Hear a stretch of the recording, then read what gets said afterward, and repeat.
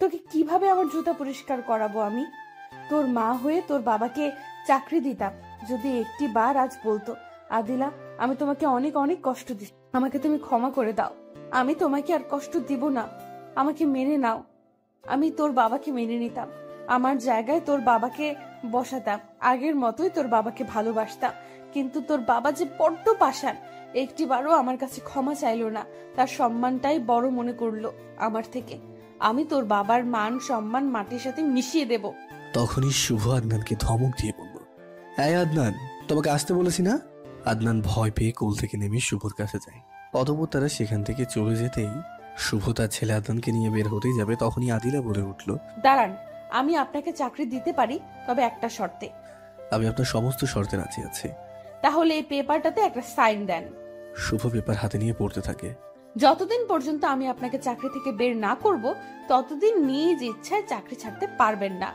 আর আমি যে কাজ করতে বলবো যতক্ষণ পর্যন্ত, ততক্ষণ পর্যন্তই করতে হবে। শুভ এগুলো পড়ে বুঝে যায় আদিলা তাকে দেওয়া কষ্টের প্রতিশোধ নেবে তার থেকে। তবুও শুভ কি মনে করে যেন সাইনটা করিয়ে দিল। আগামী কাল থেকেই কাজে জয়েন করবে। তখন পিছিয়ে আদনান দৌড়ে এসে আদিলাকে জড়িয়ে ধরে বলল, আন্টি তুমি খুব ভালো, আমাদের অনেক উপকার করলে। আব্বুর রিক্সা চালায় আর কষ্ট করতে হবে না, তোমাকে অনেক ধন্যবাদ। আদনান আসো, বাসায় যেতে হবে। আপনি চলে যান, আদনানকে আমি ঠিক সময় পৌঁছে দেব। কিন্তু আদনান তার বাবার কাছে চলে যেতে লাগে। তুমি কোথায় যাচ্ছ? তাহলে কিন্তু তোমার আব্বুকে চাকরি দেব না। আদনান দৌড়ে এসে তখন আদিলাকে বলল, না না, আমি কোথাও যাব না, আমি তোমার কাছেই থাকবো। এই তো গুড বয়। এই, আপনাকে যেতে বলছি না, এখানে দাঁড়িয়ে কি করছেন? আব্বু তুমি চলে যাও, আমি আন্টির কাছে থাকবো। অতঃপর শুভ চলে যায়। তোমার আম্মু কোথায়? না, আব্বুই আমার মা, আমার বাবা। কেন, তোমার মার কি হয়েছে? জানি না, আব্বু বলেছে আমাদের ছেলে কোথায় যেন হারিয়ে গেছে। তোমার আম্মু তো নিজে চলে আসেনি, তোমার আব্বু তাকে বের করে দিয়েছে। আব্বু তাড়াই দিলেই কি যেতে হবে? যদি আমাকে ভালোবাসতো তাহলে কখনোই যেত না। জানো, আন্টি আমাদের পাশের বাসায় আঙ্কেল আন্টিকে অনেক মাইর দেয়। কই, আন্টি তো তার ছেলে কোথাও তো রেখে যায় না, তবুও আন্টি তার ছেলেকে অনেক আদর করে। তো আমার মা যদি আমাকে আদর করতো তাহলে কখনোই আমাকে ছেড়ে যেত না। বলো আন্টি, আমি কি দোষ করেছিলাম যার জন্য আম্মু আমাকে ছেড়ে চলে গেছে? আমি যদি আমার মাকে কোনোদিন আমাদের কাছে ফিরে আসে তাহলে কখনোই আমি তাকে আম্মু বলে ডাকবো না। আদনানের পিচ্ছে মুখের অভিমানের কথাগুলো শুনে আদলে চোখ দিয়ে অঝরে অশ্রু বের হয়ে আসে। তুমি কান্না করছো কেন আন্টি? আন্টি জানো, তোমাকে না আমার আম্মুর মতোই দেখা যায়। একটিবার আমাকে আম্মু বলে ডাক বাবা। আমি তোমাকে আম্মু কেন ডাকবো? আমি তোর হতভাগী মা, যে তোকে ছেড়ে চলে এসেছে, তোকে আদর করে না, ভালোবাসে না বাবা। একটিবার আমাকে আম্মু বলে ডাক। আদনান সাথে সাথে কোল থেকে নেমে চলে যেতে লাগে।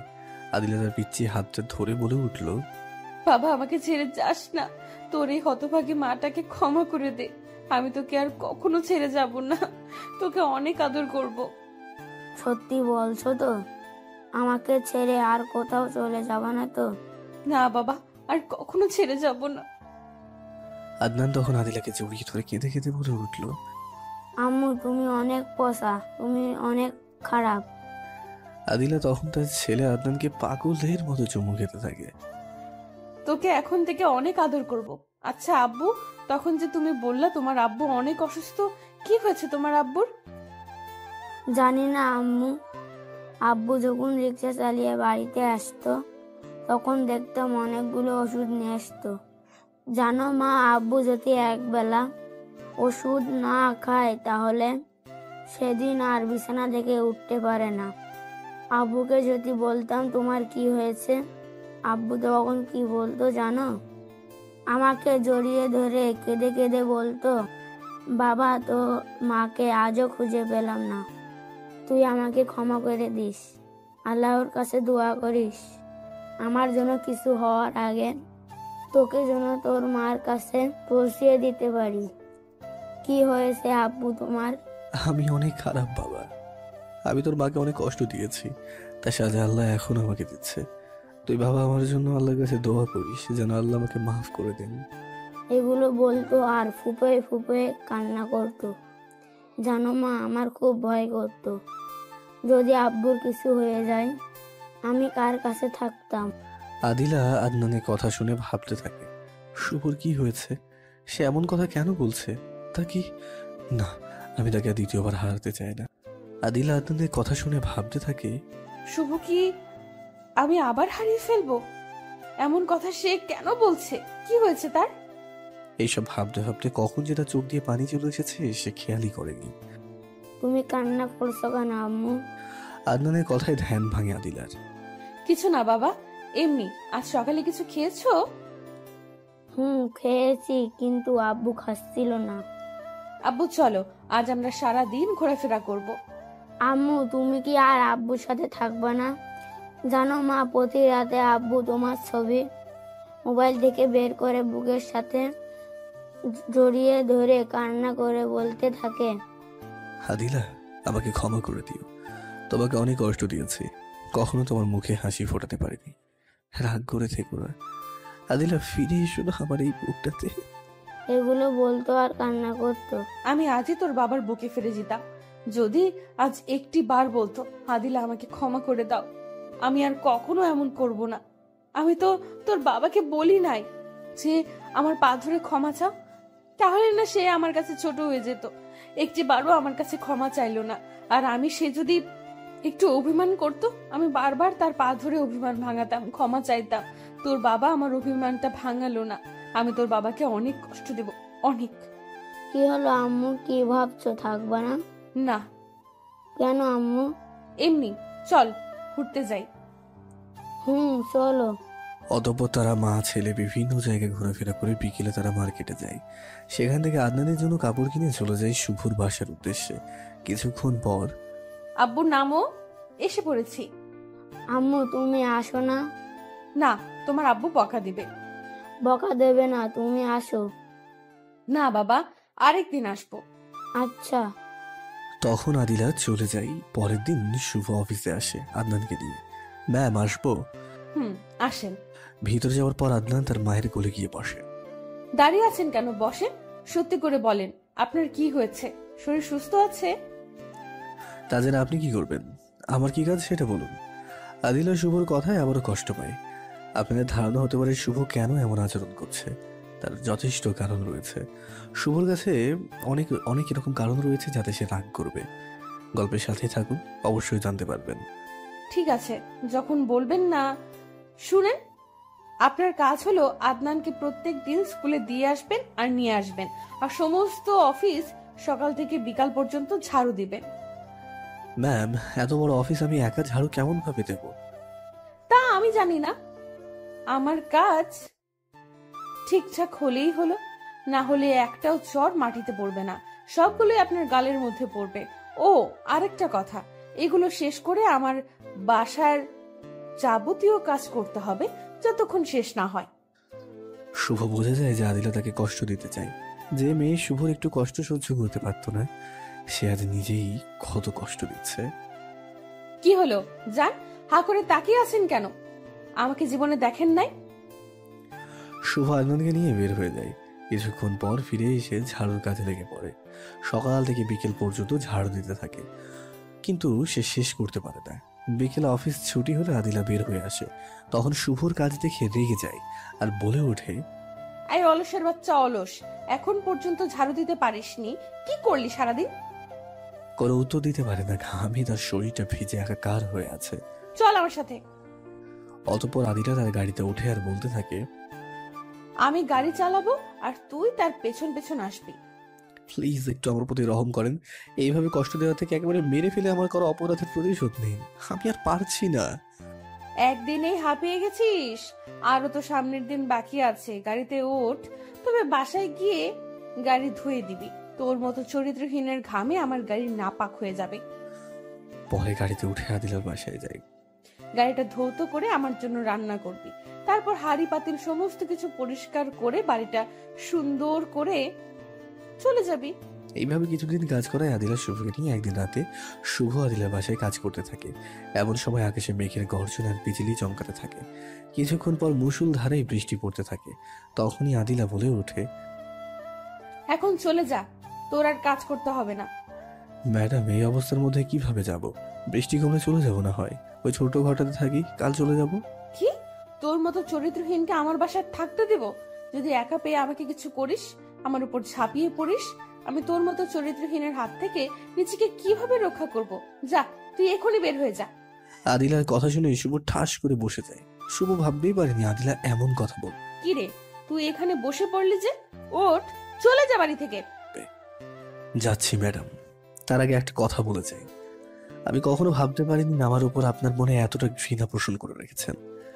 আমি মরে গেলে যখন আপনি খুশি হবেন তো যাচ্ছি, তবে এখান থেকে যাওয়ার পর যদি ম্যাডাম আমার কিছু হয়ে যায় তো আমার ছেলেটাকে একটু দেখে রাখবেন, নিজের সন্তান মনে করে লালন পালন করবেন, তাকে চরিত্রহীনের ছেলে মনে করে কষ্ট দিয়েন না, আর এই চরিত্রহীনটাকে ক্ষমা করে দিয়েন।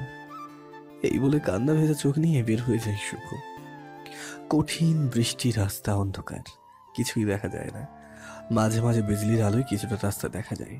তাতেই শুভ চলতে থাকে। চলতে চলতে শুভর পা একসময় আর চলে না। সামনে একটা বাড়ি দেখে বারান্দায় হেলান দিয়ে বসে যায়। পরের দিন সেই বাড়িওয়ালা মেয়ে দরজা খুলে দিতেই সামনে একটা মানুষকে দেখে চিৎকার দিয়ে ওঠে। চিৎকার শুনে মেয়েটির মা দৌড়ে আসে। মা দেখো, বারান্দায় একটা লোক কিভাবে থরথর করে শীতে কাঁপছে। অতঃপর মা মেয়ে শুভর কাছে গিয়ে হাত দিয়ে চমকে ওঠে তানজিলা। ভাইয়া, তুমি এই অবস্থা কেন তোমার? কিন্তু শুভ কোনো কথা বলতে পারে না, জ্বরে তার পুরো শরীর পুড়ে যাচ্ছে। আম্মু, ভাইয়াকে ধরো, ভিতরে নিতে হবে। অতঃপর শুভকে ভিতরে নেয় তানজিলা। শুভর হাতে কিছু কাপড় পরিধান করে দেয়, যাতে ভিজা কাপড় পরিবর্তন করে কিছুক্ষণ পর শুভর মাথায় পানি ঢালতে থাকে। কিন্তু জ্বর কমার তো কোনো নামগন্ধই নেই, যেন জ্বর বেড়েই যাচ্ছে। কিছুক্ষণ পর যখন জ্বর একটু কমে তখন শুভ চোখটা খোলে। তানজিলা, বলো ভাইয়া। আমার প্যান্টের প্যাকেটে কিছু ওষুধ আছে, সেগুলো আনো তো। তানজিলা সেগুলো এনে দিলে শুভ খেয়ে নেয়। তোমার কাছে টাকা থাকলে আর কয়েকটা ওষুধ নিয়ে আসো না। তারপর তানজিলা শুভর কথা মতো হাসপাতালে যায়, আর সেখানে তার এক বান্ধবীর সাথে দেখা হয়। এই তানজিলা, কি মনে করে হাসপাতালে? দোস্ত, কিছু ঔষধ নিতে আসছি। কই দেখি। সেগুলো দেখে মাইশা পুরো চমকে ওঠে। হেই, আন্টির এমন রোগ হয়েছে, আমাকে তো কিছুই জানাস নাই। কি বলছিস? আম্মুর কিচ্ছু হয়নি, এটা আমার ভাইয়ের জন্য। তোর ভাই কই থেকে আসলো? সে অনেক কাহিনী, তোকে পরে একসময় বলবো। আগে বল, এটা কিসের ঔষধ? চল আগে তোর ভাইকে দেখি, তারপর বলবো। চল। তারপর শুভ শরীর চেক করে বলে, দোস্ত, তোর ভাইয়ের রোগ হয়েছে। কি বলছিস? তার মানে আমার ভাই আর বাঁচবে না? সম্ভাবনা একদম কম, তবে এখন অপারেশন করলে কিছুটা বাঁচার সম্ভাবনা আছে। আরো কিছুক্ষণ কথা বলে মাইশা চলে যায়। দেখতে দেখতে 3 দিন চলে যায়। এতে শুভ কিছুটা সুস্থ হয়ে ওঠে। কয়দিন ধরে তোমাকে একটা কথা বলবো ভাবছি। বল। আমাদের ম্যাডাম তোমার সাথে এমন আচরণ করে কেন? আমাদের সাথে তো এমন করে না। সেগুলো বললে তুমিও আমায় খারাপ ভাববে, তুমিও আমাকে দূরে ঠেলে দেবে। যে মানুষ রাতে একটা মেয়েকে খারাপ ছেলেদের হাত থেকে বাঁচিয়ে নিজে ভালোভাবে বাসায় পৌঁছে দিতে পারে, সে কখনো খারাপ হতে পারে না। আমি তোমাকে কখনো খারাপ ভাববো না। বলো, তোমাদের মাঝে কিসের সম্পর্ক ছিল আর কিভাবে কি হয়েছে? শোনো তাহলে, আজ থেকে কিছু বছর আগে যখন আমি ভার্সিটিতে পড়তাম, তখন একদিন এক বন্ধুর সাথে বসে গান গাইছি। তখনই একখান সুম্মাতে কারেন্ট লাগাইলি, 2 খান সুম্মাতে ভোল্টেজ লাগাইলি। তোর লজ্জা করে না মেয়েদের দেখে এসব গান গাইতে? লুচ্চা কোথাকার, তোকে পরে দেখে নেব। আজ ক্লাসের সময় হয়ে গেছে। যদি তোকে এরপর এমন টিস করে মেয়েদের নিয়ে গান গাইতে দেখি, তাহলে তোর হাত পা ভেঙে গলায় ঝুলায় দিব। শুভ মেয়েটি যাওয়ার দিকে হাঁ করে তাকিয়ে আছে। এইটা কি হলো দোস্ত? এই পিচ্চি মেয়েটা কে, যে আমার মতো একটা ভদ্রপোলার গালে কিস করে চলে গেল? তুই এই 7 দিন ভার্সিটিতে আসিস নাই, আর এই 7 দিনে মেয়েটি নতুন এসে রাজত্ব চালাইতেছে। মেয়েটিকে দেখে সব ছেলেরাই ভয় পায়। জানোস কি জন্য? কোনো ছেলে যদি কোনো মেয়েকে টিস করে সেটি আদিলা সহ্য করতে পারে না, সেজন্য তার হাত পা ভেঙে হাসপাতালে ভর্তি করে দেয়। আদিলা মালটা আবার কে রে? যে তোমার গালে ঠাস ঠাস করে 2টা চুম্মা দিল তার নাম আদিলা তাবাচ্ছুম মিম। দোস্ত, তুই তো তাকে দেখেই টিস করছিস, আল্লাহ জানে তোর অবস্থা কি করে। শালা কিভাবে তার সাথে প্রেম করা যায় সেটা না বলে আমাকে ভয় দেখাচ্ছিস এখন? হ্যাঁ, পরে এখান থেকে। কি? সে তো 4 বছরের জুনিয়র, সবেমাত্র ইন্টারে পড়ে। পিচ্চির চড় খেয়ে তোর মাথার তার সব গেছে শালা। সেদিন একটা ছেলে তাকে প্রপোজ করেছিল, আদিলা তাকে উল্টো করে বেঁধে লাঠি থেরাপি দিছে, আর তুই বলছিস কিভাবে তার সাথে প্রেম করবি? ভালোভাবে চলাফেরা করতে চাস তো তার থেকে মাপ চেয়ে নিস। 4 বছরের ছোট কি হয়েছে? সত্যি বলছি দোস্ত, তাকে হেভি ক্রাশ খাইছি। খাইছিস ভালো কথা, ভালো করে গিল যাতে মুখ থেকে আর বের না হয়। হ্যাঁ, এই তোর ঘ্যানোর ঘ্যানোর বন্ধ কর, চল ক্লাসের সময় হয়েছে। অতঃপর ক্লাস করে চলে যাই শুভ। বাসায় গিয়ে ভালো থাকে। যদি মেয়েটাকে নিজের করে পেতাম। কি সুন্দর তার হরিণীর মতো চোখ, তার কি সুন্দর লম্বা লম্বা চুল, মাইয়াটা আমার মনটাই জুড়ি করছে রে। এইসব ভাবতে ভাবতেই শুভ ঘুমিয়ে যায়। পরের দিন শুভ ভার্সিটিতে গিয়ে দেখতে পাই আদিলা তার বান্ধবীদের সাথে গল্প করছে। শুভ তাদের কাছে গিয়ে, ছোট আপু আমাকে মাফ করে দিয়েন প্লিজ। আই বুইরা বান্দর, আমি তোর আপু লাগি? শোন, তোকে মাফ করতে পারি, তবে একটি শর্তে। কি শর্ত? মাঠের মাঝখানে 500 বার কান ধরে উদ্বাস করবি আর বলবি যে আর কোনো দিন এমন করব না। এটা আমি পারবো না। আমি তোমার বড়, আর আমার উপর একটু রহম করো। আচ্ছা, তাহলে ওই মেয়েটির ঠোঁটে গিয়ে কিস করবি, তাহলে তুই মাফ পাবি। মেয়েটির দিকে তাকাতেই ও মাগো, এই উগান্ডা কালো হাতে ছোটে কিস করলে টানা 6 মাস আমার পেট খারাপ থাকবে। আমি এটা পারবো না। দাঁড়া, তাহলে তোকে কিছু থেরাপি দেই। আদিলা কাছে আসতে শুভ তার হাত ধরে হ্যাঁচকা টান দিয়ে বুকের সাথে মিশিয়ে দেয়, আচ্ছা আর ঠোঁট এক করে দেয়। তারপরেই তো শুভ 5 মিনিট পর ছেড়ে দিয়ে বললো, কেসটা হেভি লাগলো, আরো লাগলে বলিও। এই বলে চলে গেল শুভ। এটা কি হলো? কি আর হবে, ফ্রিতে সিনেমা দেখলাম। যাই বলিস আদিলা, তোদের দুজনের লিপ কিসটা না পুরো রোমান্টিক একটা মুভির মতো ছিল। এই যে দেখ। মোবাইলে তোলা ভিডিও বের করে আদিলা তার হাত থেকে মোবাইলটা নিয়ে ভিডিওটা ডিলিট করে দেয়। শালার ব্যাটাকে পরে বোঝাবো আমাকে সবার সামনে কিস করার মজা। চল এখন ক্লাসে যাই। অতঃপর তারা ক্লাসে যায়। ক্লাসে গিয়ে পড়তে থাকে আদিলা, কিন্তু কিছুতেই পড়াতে মন বসাতে পারে না। চোখের সামনে শুধু শুভর কিস করা দৃশ্যগুলো ভেসে ওঠে। এইভাবে কিছুদিন কেটে যায়। রাতে ঘুমোতে যায় আদিলা, তখনই আবার মনে পড়ে যায় সকালে সেই ঘটনা। এপাশ ওপাশ করতে থাকে সে, ঘুমোতেই পারে না।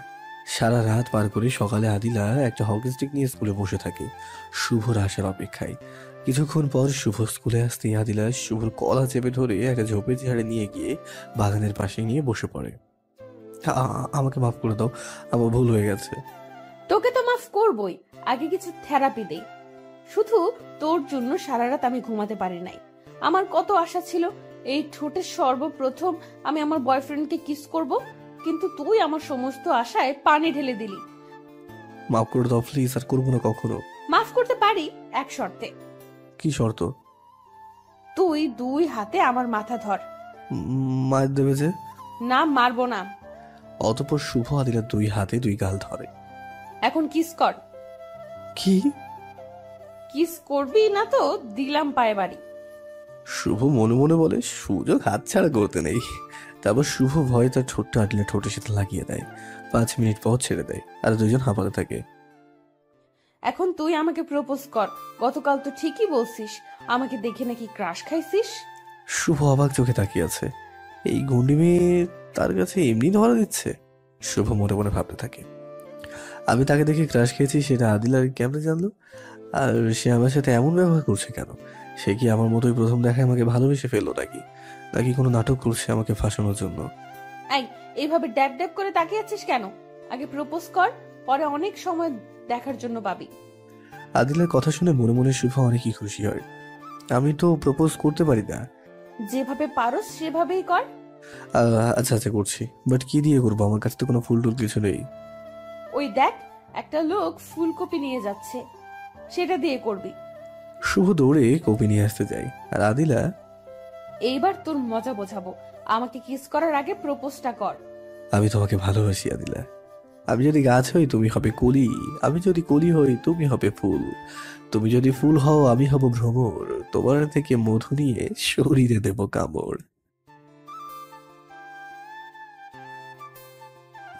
আমি তো বললাম আমি জানি না, তাহলে কিভাবে করব?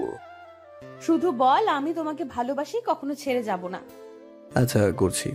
আমি যেদিন তোমায় প্রথম দেখি সেদিন থেকেই শুধু এটা ভেবে এসেছি, কিভাবে তোমাকে আপন করে নেব, কি করলে আমি তোমার ভালোবাসা পাবো।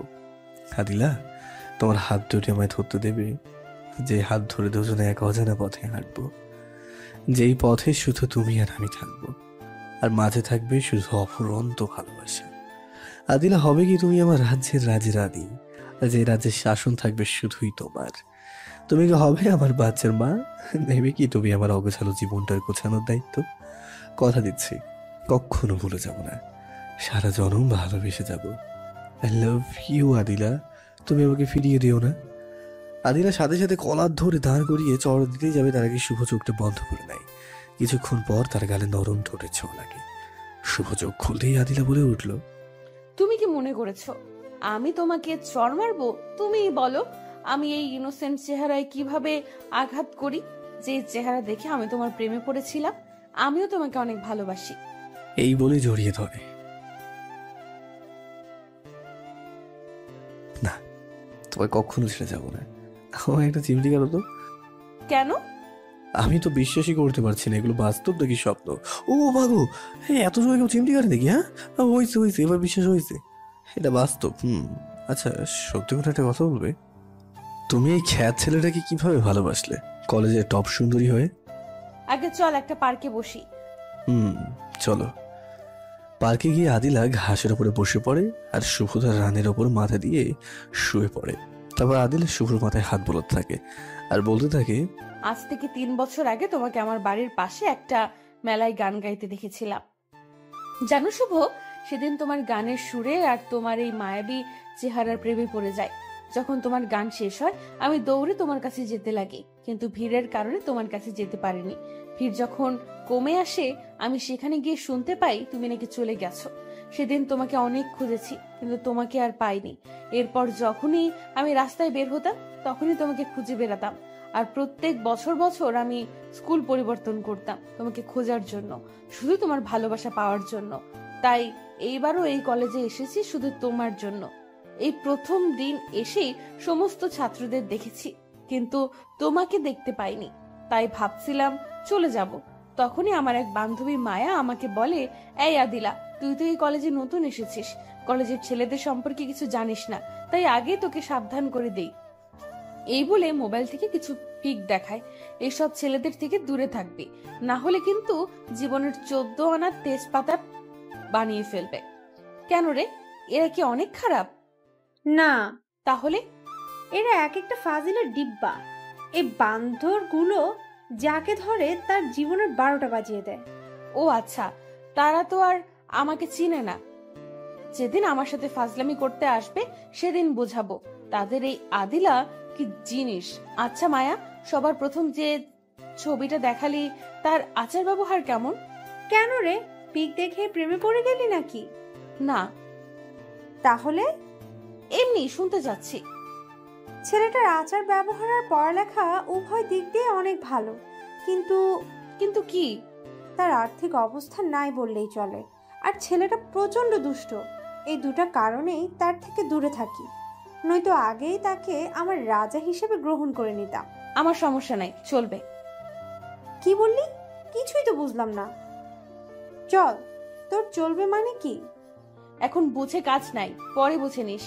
এই বলে সেখান থেকে চলে আসি। জানো শুভ, সেদিন তোমাকে দেখার পর কতটা খুশি হয়েছিলাম তা তোমাকে বলে বোঝাতে পারবো না। পরে তোমার কলেজে আসার অপেক্ষায় থাকতাম, কোন দিন তুমি আসবে আর কখন তোমার সাথে আমি কথা বলবো। পরে সেদিন যখন তুমি কলেজে আসলে আমি তোমার সাথে কথা বলার জন্য তোমার কাছে যেতে লাগি, আর অমনি তুমি আমাকে দেখে গান শুরু করে দিলে, আর তাতেই আমি তোমাকে আমার কাছে আনার সুযোগ পাই। আমার জানটাকে 2টা থাপ্পড় লাগিয়ে দিয়ে কেন মেরেছিলাম জানো? যদি আমি তোমার সাথে কথা বলতাম তাহলে হয়তো তুমি মনে মনে নিজেকে নিয়ে অনেক গর্ববোধ করতে যে কলেজের টপ সুন্দরী নিচ থেকে তোমার সাথে কথা বলতে আসছে। তাই সেদিন আমার জানোটাকে মেরেছিলাম যেন সে আমাকে নিয়ে ভাবে আর আমার পেছনে ঘুরঘুর করে। বাহ, আবার জানটা দেখি অনেক চালাক। চালাকি করছি আমার ভালোবাসাকে পাওয়ার জন্য। এই খ্যাত ছেলেটাকে তুমি এত ভালোবাসো? দেখো শুভ, তুমি নিজেকে আমার সামনে খ্যাত বলবে না।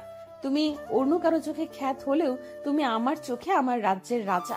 আচ্ছা বাবা, আর বলবো না। এই যে দেখো কান ধরছি। ওকে চলো, আজ অনেক হয়েছে, এখন বাড়ির দিকে যাওয়া যাক। আচ্ছা চলো। এইভাবেই তাদের ভালোবাসা খুনসুটির মধ্যে চলতে থাকে আর একে অপরের প্রতি বিশ্বাস আর ভালোবাসা বাড়তে থাকে। হঠাৎ একদিন সকালে আদিলা ফোন করে শুভকে, আর কলেজের আগে শুভকে। শুভ কলেজে গিয়ে যা দেখতে পায় তো তার পায়ের নিচের মাটি সরে যায়। শুভ স্কুলে গিয়ে দূর থেকে দেখতে পায় আদিলাকে একটা ছেলে প্রপোজ করছে, আর আদিলা হেসে হেসে তাকে কি যেন বলছে। কিছুক্ষণ পর আদিলা ছেলেটির হাত থেকে ফুলটা নিয়ে আদিলার হাতটা বাড়িয়ে দেয় ছেলেটিকে বুকে নেওয়ার জন্য। শুভ দূর থেকে সেটি সহ্য করতে না পেরে সেখান থেকে এসে এক নদীর কিনারায় বসে পড়ে। কিন্তু সে ভাবে সে কিভাবে এটা সহ্য করবে। যাকে শুভ তার জীবনে চেয়েও বেশি ভালোবাসে, সে যদি তাকে চেয়ে অন্য কাউকে ভালোবাসে, অন্য কাউকে বুকে নেওয়ার জন্য তাকে দেখানোর জন্য ডেকে আনে, কারো ভালোবাসা যদি তাকে ছাড়া অন্য কাউকে বুকে নেয়, সে কি সেটা সহ্য করতে পারবে? আপনাদের যদি কেউ এরকম থাকে তাহলে হয়তো বুঝতে পারবেন। তেমনি শুভও পারেনি। আর ভালোবাসার মানুষ তার চোখের সামনে অন্যকে জড়িয়ে ধরতে দেখে তো শুভ নদীর কিনারে এসে পানিতে ঢিল ছুঁড়ে মারে আর বলতে থাকে, এই বুঝি ধনী মেয়েদের ভালোবাসা। কি অপরাধ আমি করেছি যার জন্য তুই আমাকে ঠকালি? কেন এমন করলি? কেন আমার জীবনটা এইভাবে নষ্ট করে দিলি? কি অপরাধ ছিল আমার? যদি ভালো নাই বাসতি তাহলে কেন আমাকে ভালোবাসা শেখালি? কেন তুই ভালোবাসার অভিনয় করলি আমার সাথে? শুভ এসব মনে মনে বলছে, তার চোখ দিয়ে অঝরে অস্ত্র ঝরছে। কিছুক্ষণ পর, না, আমি ওই ছলনাময়ের জন্য আর কাঁদবো না। সে যদি আমাকে কষ্ট দিয়ে সুখে থাকতে পারে সে সুখে থাকুক। আমি আর কখনো তাকে আমার এই মুখ দেখাবো না, কখনো না। না, কখনো তাকে আর বলবো না যে তাকে আমি ভালোবেসেছিলাম। কেন ছেড়ে গেলে আমায়? গরিব ছিলাম বলে? আমি এতটা নিকর্মা ছিলাম না যে তোমাকে সুখে রাখতে পারতাম না। তুমি সুখে থাকার জন্য আমাকে ছেড়ে চলে গেলে। তুমি তোমার ভালোবাসার মানুষকে নিয়ে সুখে থেকো। এদিকে আদিলা শুভর জন্য অপেক্ষা করতে থাকে। শুভ আর তার সামনে চায় না। আদিলা শুভর নম্বরে ফোন করে বারবার, কিন্তু শুধু একটা কথাই বলে, আপনি যে নম্বরে ফোন করেছেন তা এই মুহূর্তে বন্ধ রয়েছে, কিছুক্ষণ পর আবার চেষ্টা করুন। বারবার যখন এই একই কথাই বলে আদিলা অস্থির হয়ে যায়। আবার শুভর কোনো কিছু হলো না তো? এই তো কিছুক্ষণ আগে তো বললাম, এখন ফোন তুলছে না কেন? তার কি কোনো... না না না, আমি সব কি ভাবছি? আমার শুভর কিছু হতে পারে না। এইভাবে সকাল গড়িয়ে বিকাল হয়ে যায়, তবুও শুভর কোনো খোঁজ আদিলার কাছে আসে না। আদিলা বাসায় গিয়ে শুয়ে পড়ে, বারবার শুভকে ফোন করে, মেসেজও করতে থাকে। প্লিজ শুভ, একটিবার ফোনটা তুলো। কেন তুমি ফোন তুলছো না? এইসব ভাবছে আর বালিশে মুখ গুজে দিয়ে কান্না করছে। শুভ, তুমি একটিবার আমার সাথে কথা বলো। কেন তুমি আমার সাথে অভিমান করেছো? যদি আমি কোনো অপরাধ করে থাকি তাহলে আমাকে বলো, তবুও আমার সাথে কথা বলো। মনে মনে বলছে আদিলা। এইভাবে একদিন দুই দিন চলতে চলতে কিছুদিন কেটে যায়। আদিলা শুভর কোনো খোঁজ খবর পায় না। এই কয়দিন আদিলার শরীরের অবস্থা একদমই খারাপ হয়ে যায়। চোখের নিচে কালো দাগ, চুলগুলো এলোমেলো করা, দেখতে কেমন যেন বিশ্রী আকৃতি হয়ে যায় আদিলার। একদিনই সকালে শুভর অপেক্ষায় মন খারাপ করে বসে আছে আদিলা। তখনই তার বান্ধবী মায়া এসে বলল, দেখ আদিলা, এভাবে ভেঙে পড়লে হয় না। তুই তো জানিস শুভ গ্রামের ছেলে, হয়তো সেখানে কোনো সমস্যা হয়েছে তাই আসতে পারছে না। তাই বলে কি ফোন বন্ধ করে রাখবে? একটিবারও কি আমার কথা তোমার মনে পড়ে না? তুই জানিস না গ্রামে বিদ্যুতের কি অবস্থা? একদিন থাকলে 7 দিনই থাকে না। তাই হয়তো তার মোবাইলে চার্জ না থাকার কারণে বন্ধ হয়ে গেছে। বুঝলাম, তার মোবাইলে চার্জ নাই। অন্য কারো মোবাইলে কি চার্জ নাই? আমাকে একটিবারও কি ফোন করে তার সমস্যার কথা বলতে পারলো না? আমি কি তার এতই পর হয়ে গেছি?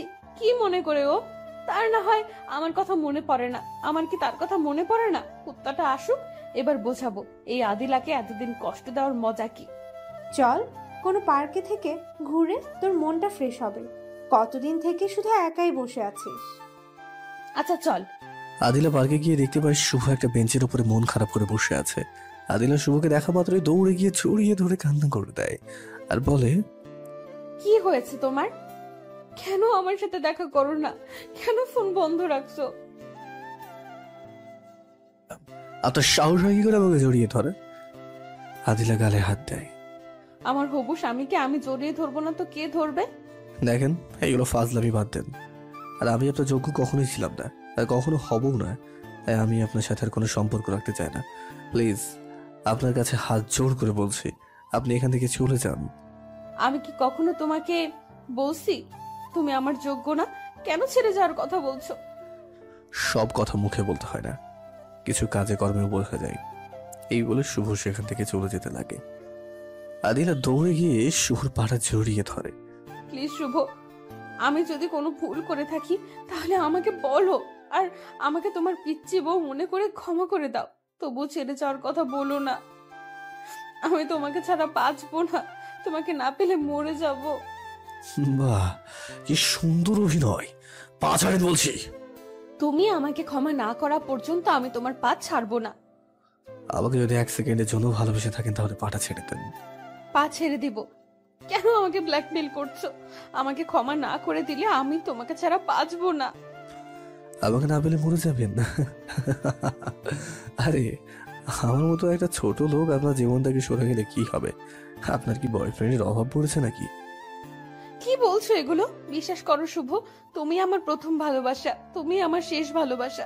তোমাকে ছাড়া আর আমি কাউকে ভালোবাসি না।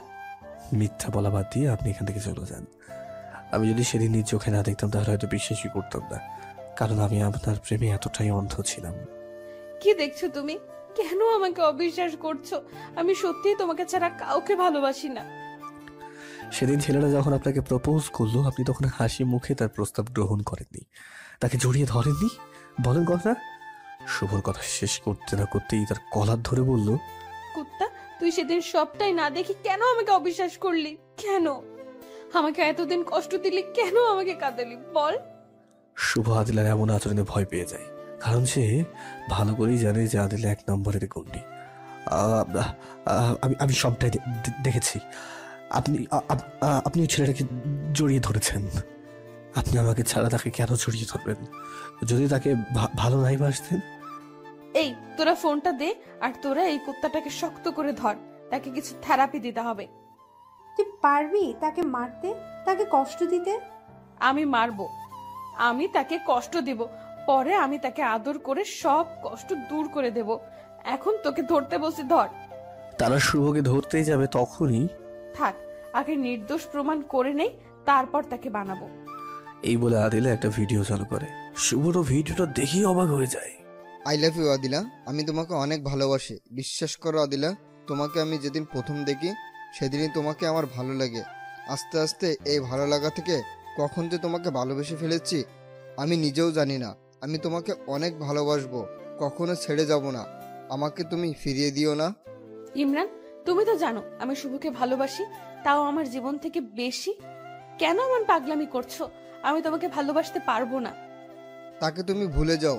সে তো একটা ছোট লোক, না আছে তার বাড়ি, না আছে তার টাকা পয়সা। তুমি তার কাছে কখনো সুখে থাকতে পারবে না। তোমার কোনো আবদার সে পূরণ করতে পারবে না। তুমি তাকে ভুলে যাও। এই দেখো, আমার সবই আছে, টাকা পয়সা, গাড়ি বাড়ি। তুমি আমার কাছে সুখে থাকবে, তোমার সমস্ত আবদার আমি পূরণ করতে পারবো। তখন ইমরানের হাত থেকে ফুলটা নিয়ে 2 হাত লম্বা করে বুকে আসো। ইমরান, আমি এমনই একজন লোক আমার লাইফ পার্টনার হিসেবে খুঁজতেছিলাম। ইমরান খুশি মনে আদিলাকে জড়িয়ে ধরতেই যাবে তখনই, কুত্তার বাচ্চা, তোর সাহস কি করে হয় আমার শুভকে ছোট লোক বলা? আর আমি কার কাছে সুখী থাকবো না থাকবো সেটা তোকে কেন চিন্তা করতে হবে? তুই আমার কে, আর আমি কি অবুঝ নাকি? আমি আমার ভালো মন্দ কিছুই বুঝবো না? নিজের ভালো তো পাগলেও বোঝে। শোন, তোকে যদি আবার কোনো দিন আমার সামনে দেখি তাহলে তোর হাত ভেঙে গলায় ঝুলায় দেব। কাজটা তুমি একদমই ভালো করলে না। দেখে নিও, আমি তোমাদের দুজনকে কখনো একসাথে থাকতে দিব না। তোমাদের কখনো সুখে সংসার করতে দিব না। যা যা, তুই যা পারিস তা করিস। কখনো তুই আমাদের মাঝে ফাটল সৃষ্টি করতে পারবি না। তুই যদি কখনো আমাদের পৃথক করতে পারিস, শুভ কখনো ভুল করে দরকার পড়লে আমি তার কাছে ক্ষমা চাইবো, তবুও কখনো তাকে ছেড়ে দিব না। সেটা দেখা যাবে। এই বলে সে চলে যায়। আদিলা তখন শুভর হাত থেকে মোবাইলটা কেড়ে নেয় আর বলে ওঠে, কুত্তা, দেখছস তো আমি কাকে ভালোবাসি? আমাকে ভুল বুঝে এতদিন কেন কষ্ট দিলি, কেন কাঁদালি? যা, তোর সাথে ব্রেকআপ। আজ থেকে তুই আমার সাথে কোনো যোগাযোগ রাখবি না, আমার সামনে কখনো আসবি না, আমার ফোনে বা মেসেজ করবি না। এই বলে চলে যেতে লাগলো। ঠিক আছে, ভালো থেকো, বাই। এই বলে পিছন দিক থেকে চলে যেতে লাগে। তখনই আদিলা পিছন থেকে জড়িয়ে ধরে পিঠে কিল ঘুষি দেয় আর কেঁদে কেঁদে বলে উঠলো, আমাকে তোর কষ্ট দিতে খুব ভালো লাগে, তাই না? আমি তোকে আমার জীবন থেকে বেশি ভালোবাসি, এটা প্রকাশ করেছি, এর জন্য আমাকে বারবার কষ্ট দেস।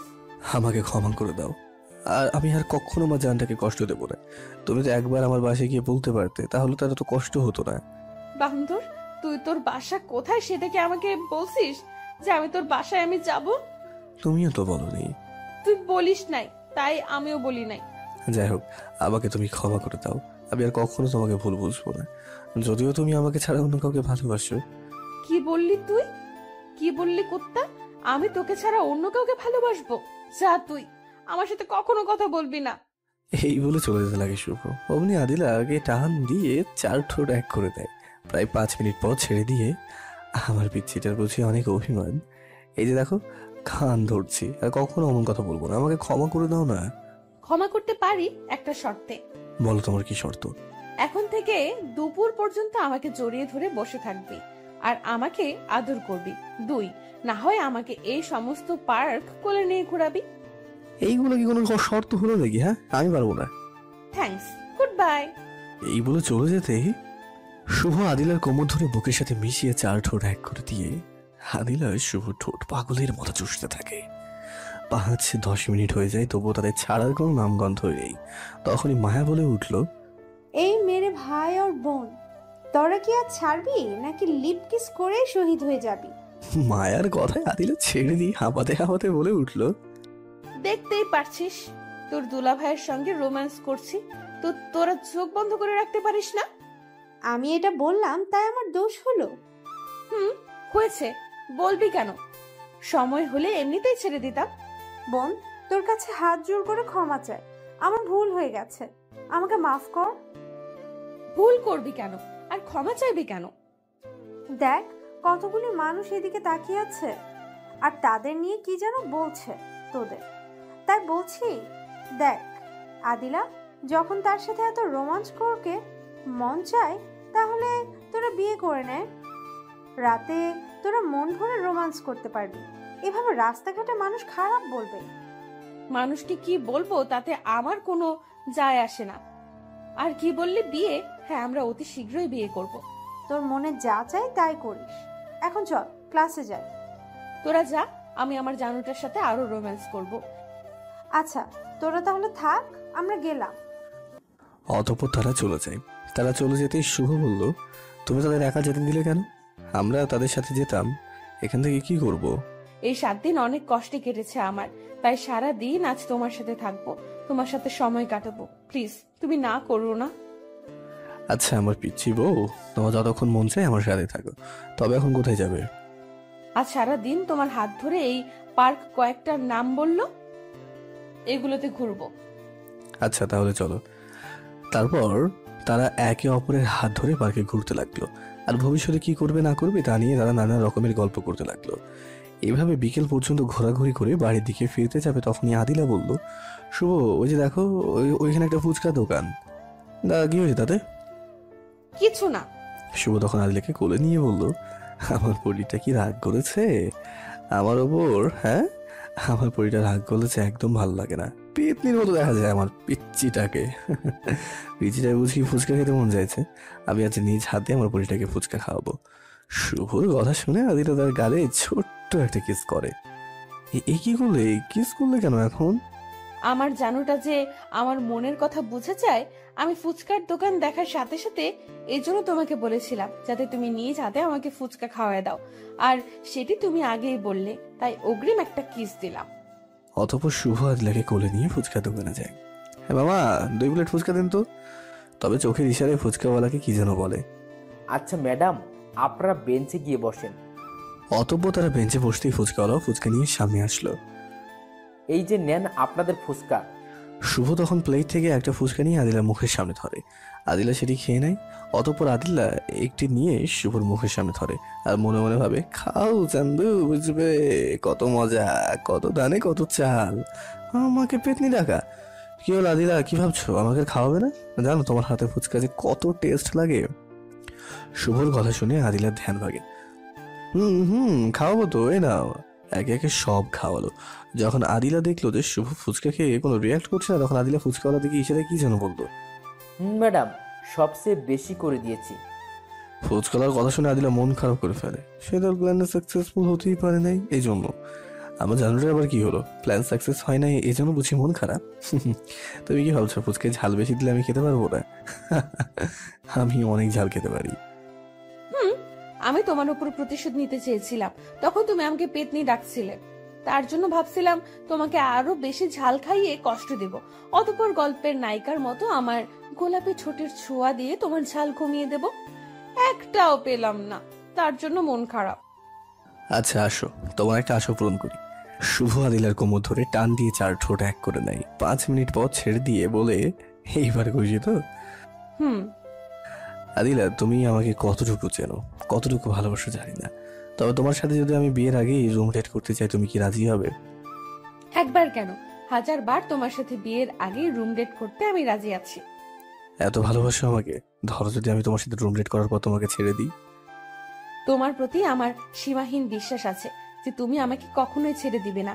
এই বিশ্বাস নিয়েই তোমার হাতটা ধরেছি আমি। ধরো কখনো আমি তোমার থেকে সুন্দরী কোনো মেয়ে পেয়ে তোমাকে ছেড়ে দিলাম, তখন তখন তুমি কি করবে? সারা জীবনের জন্য এই পৃথিবী ছেড়ে চলে যাব। না আদিলা, এমন কথা বলো না। আমি তোমাকে ছাড়া বাঁচতে পারবো না, কখনো তোমাকে ছেড়ে দেবো না মরার আগে পর্যন্ত। তোমার এই হাতে শক্ত করে ধরে থাকবো। এই বলে আদিলাকে বুকের সাথে জড়িয়ে দেয়। কিছুক্ষণ পর আদিলাকে বলল, চলো এবার বাসার দিকে যাওয়া যাক, সন্ধ্যা হয়ে আসছে। আগে তাহলে একটা পাপ্পি দাও। শুভ আদিলার কপালে একটা পাপ্পি দেয়। অতঃপর তারা দুজন তাদের গন্তব্যে রওনা হয়। আদিলা বাড়ি এসে ফ্রেশ হয়ে মাগরিবের নামাজ পড়তে বসে। অতঃপর রাতে ডিনারের সময় তারা সকলে একসাথে খেতে বসে। তখন তার পিতা প্রশ্ন করে বসে, আদিলা, ছেলেটি কে? কি তার পরিচয়? কোন ছেলেটি বাবা? যার সাথে আজ সারাদিন ঘোরাফেরা করছো? ও, সে আমার ফ্রেন্ড। শুধু কি ফ্রেন্ড? হুম। তাহলে এগুলো কি মোবাইল থেকে তাদের রোমান্টিক মুহূর্তের কিছু ফটো দেখায়? সরি বাবা, আমরা দুজন দুজনকে ভালোবাসি, যদিও ছেলেটি গরিব। দেখো আদিলা, আমি ভালোভাবে তোমাকে বলছি, তুমি তাকে ভুলে যাও। আমি তোমাদের সম্পর্ক কিছুতেই মেনে নিব না। আমার পক্ষে তাকে ভোলা সম্ভব নয়। আমি তাকে ভালোবাসি আর আমি তাকেই বিয়ে করব। তোর এত বড় সাহস, তুই আমার মুখের উপর কথা বলিস? তোর আজ থেকে কলেজে যাওয়া বন্ধ। 3 দিন পর আমার বন্ধু লন্ডন থেকে আসবে, তখন তার ছেলের সাথে তোকে বিয়ে দেব। তখন দেখব তোদের ভালোবাসা কোথা থেকে থাকে। এই বলে আদিলাকে একটা ঘরে বন্ধ করে দেয়। এদিকে শুভ আদিলাকে রাতে ফোন দেয়, কিন্তু ফোনটা বন্ধ। এই কথাই বলতে থাকে। শুভ তার কথা চিন্তা করতে থাকে, আমার আদিলা কিছু হবে না তো? ফোন কেন তুলছে না? এইসব ভাবতে ভাবতে ঘুমিয়ে দেয়। পরের দিন শুভ ঘুম থেকে উঠে ফ্রেশ হয়ে তাড়াতাড়ি তার স্কুলে গিয়ে আদিলা যেন অপেক্ষা করতে থাকে, কিন্তু তার অপেক্ষায় রয়ে যায়। আদিলা আর আসে না। সে আসবে বা কিভাবে? সে তো ঘরে বন্দি আছে। এদিকে আদিলা তার খাওয়া দাওয়া বাদ দেয়। দেখতে দেখতে 2টা দিন চলে যায়। এতে শুভ অনেকটাই ভেঙে পড়ে। আদিলার সাথে কথা হচ্ছে না, দেখা হচ্ছে না বলে অতঃপর শুভ কোনো সন্ধান না পেয়ে আদিলার বান্ধবী মায়ের কাছে যায়। মায়া, তুমি কি আদিলার খবর কিছু জানো? সে কোথায়? না তো, 2 দিন ধরে ফোন করছি, তুলছেই না। আমার তার বাড়ি যাওয়ার সুযোগ হচ্ছে না। আর তোমার শরীরের এই অবস্থা কেন? জীবনে দেখলাম 2টা পাগল, আদিলার অবস্থা দেখলাম, আর এখন তোমার। আল্লাহ না করুক যদি তোমাদের মাঝে কারো কিছু হয়ে যায়, তখন তোমাদের যে কি হবে। প্লিজ এগুলো বাদ দাও, আগে আমার আদিলার খবরটা আমাকে দাও প্লিজ। আমি তো তার খোঁজ জানি না, তবে চলো দেখি, তার বাসায় যাই। অতঃপর তার আদিলার বাসার দিকে রওনা হয়। তারপর কিছু দূর যাওয়ার পর মায়া বলল, তুমি এখানে দাঁড়াও, আমি ভিতরে গিয়ে দেখছি। আচ্ছা। তারপর মায়া ভিতরে গিয়ে আদিলার মাকে আদিলার কথা জিজ্ঞেস করতেই, আন্টি, আদিলা কোথায়? 3 দিন ধরে সে কলেজে যাচ্ছে না।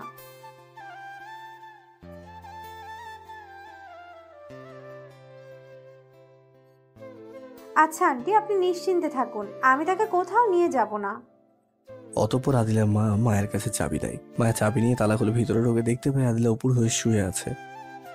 তোরা যখন এতই একজন অন্যজনকে ভালোবাসিস তাহলে পালিয়ে গিয়ে বিয়ে করে নে। একজন তো ঘরের মধ্যে বন্দি অবস্থায় কষ্ট পাচ্ছে, আরেকজন তো প্রায় আত্মরাই হয়ে গেছে। হঠাৎ এমন কথা শুনে আদিলা চমকে ওঠে আর পিছনে তাকায়। মায়াকে দেখে শোয়া থেকে উঠে দৌড়ে জড়িয়ে ধরে কেঁদে দেয়। প্লিজ মায়া, তুই আমাকে এখান থেকে বের হওয়ার সুযোগ করে দে। আমি যে আর পারছি না। বাবা কালই আমার বিয়ে ঠিক করেছে তার বন্ধুর ছেলের সাথে। তুই আমাকে নিয়ে যা, আমি শুভকে ছাড়া বাঁচবো না। মেয়ে মানুষ কিভাবে তোকে নিয়ে যাব? আর আন্টিকেও কথা দিয়েছি, যা বলার তুই শুভকে বল। তোর জন্য প্রায় পাগল হয়ে গেছে। এই ফোন শুভর কাছে কল দে। বলো মায়া, আদিলা কি আছে ওখানে, কি করছে? ও একটা বার তাকে ফোন করতে বলো না। আমি যে টাকা ছাড়া থাকতে পারছি না, প্লিজ মায়া দাও না। তখনই শুভ মোবাইলে কান্নার আওয়াজ শুনতে পাই। আদিলা কেঁদে কেঁদে বলতে থাকে, তুমি আমাকে নিয়ে যাও। আমার বাবা আমাকে ঘরে আটকে রেখেছে, কালই আমার বিয়ে দিয়ে দিবে।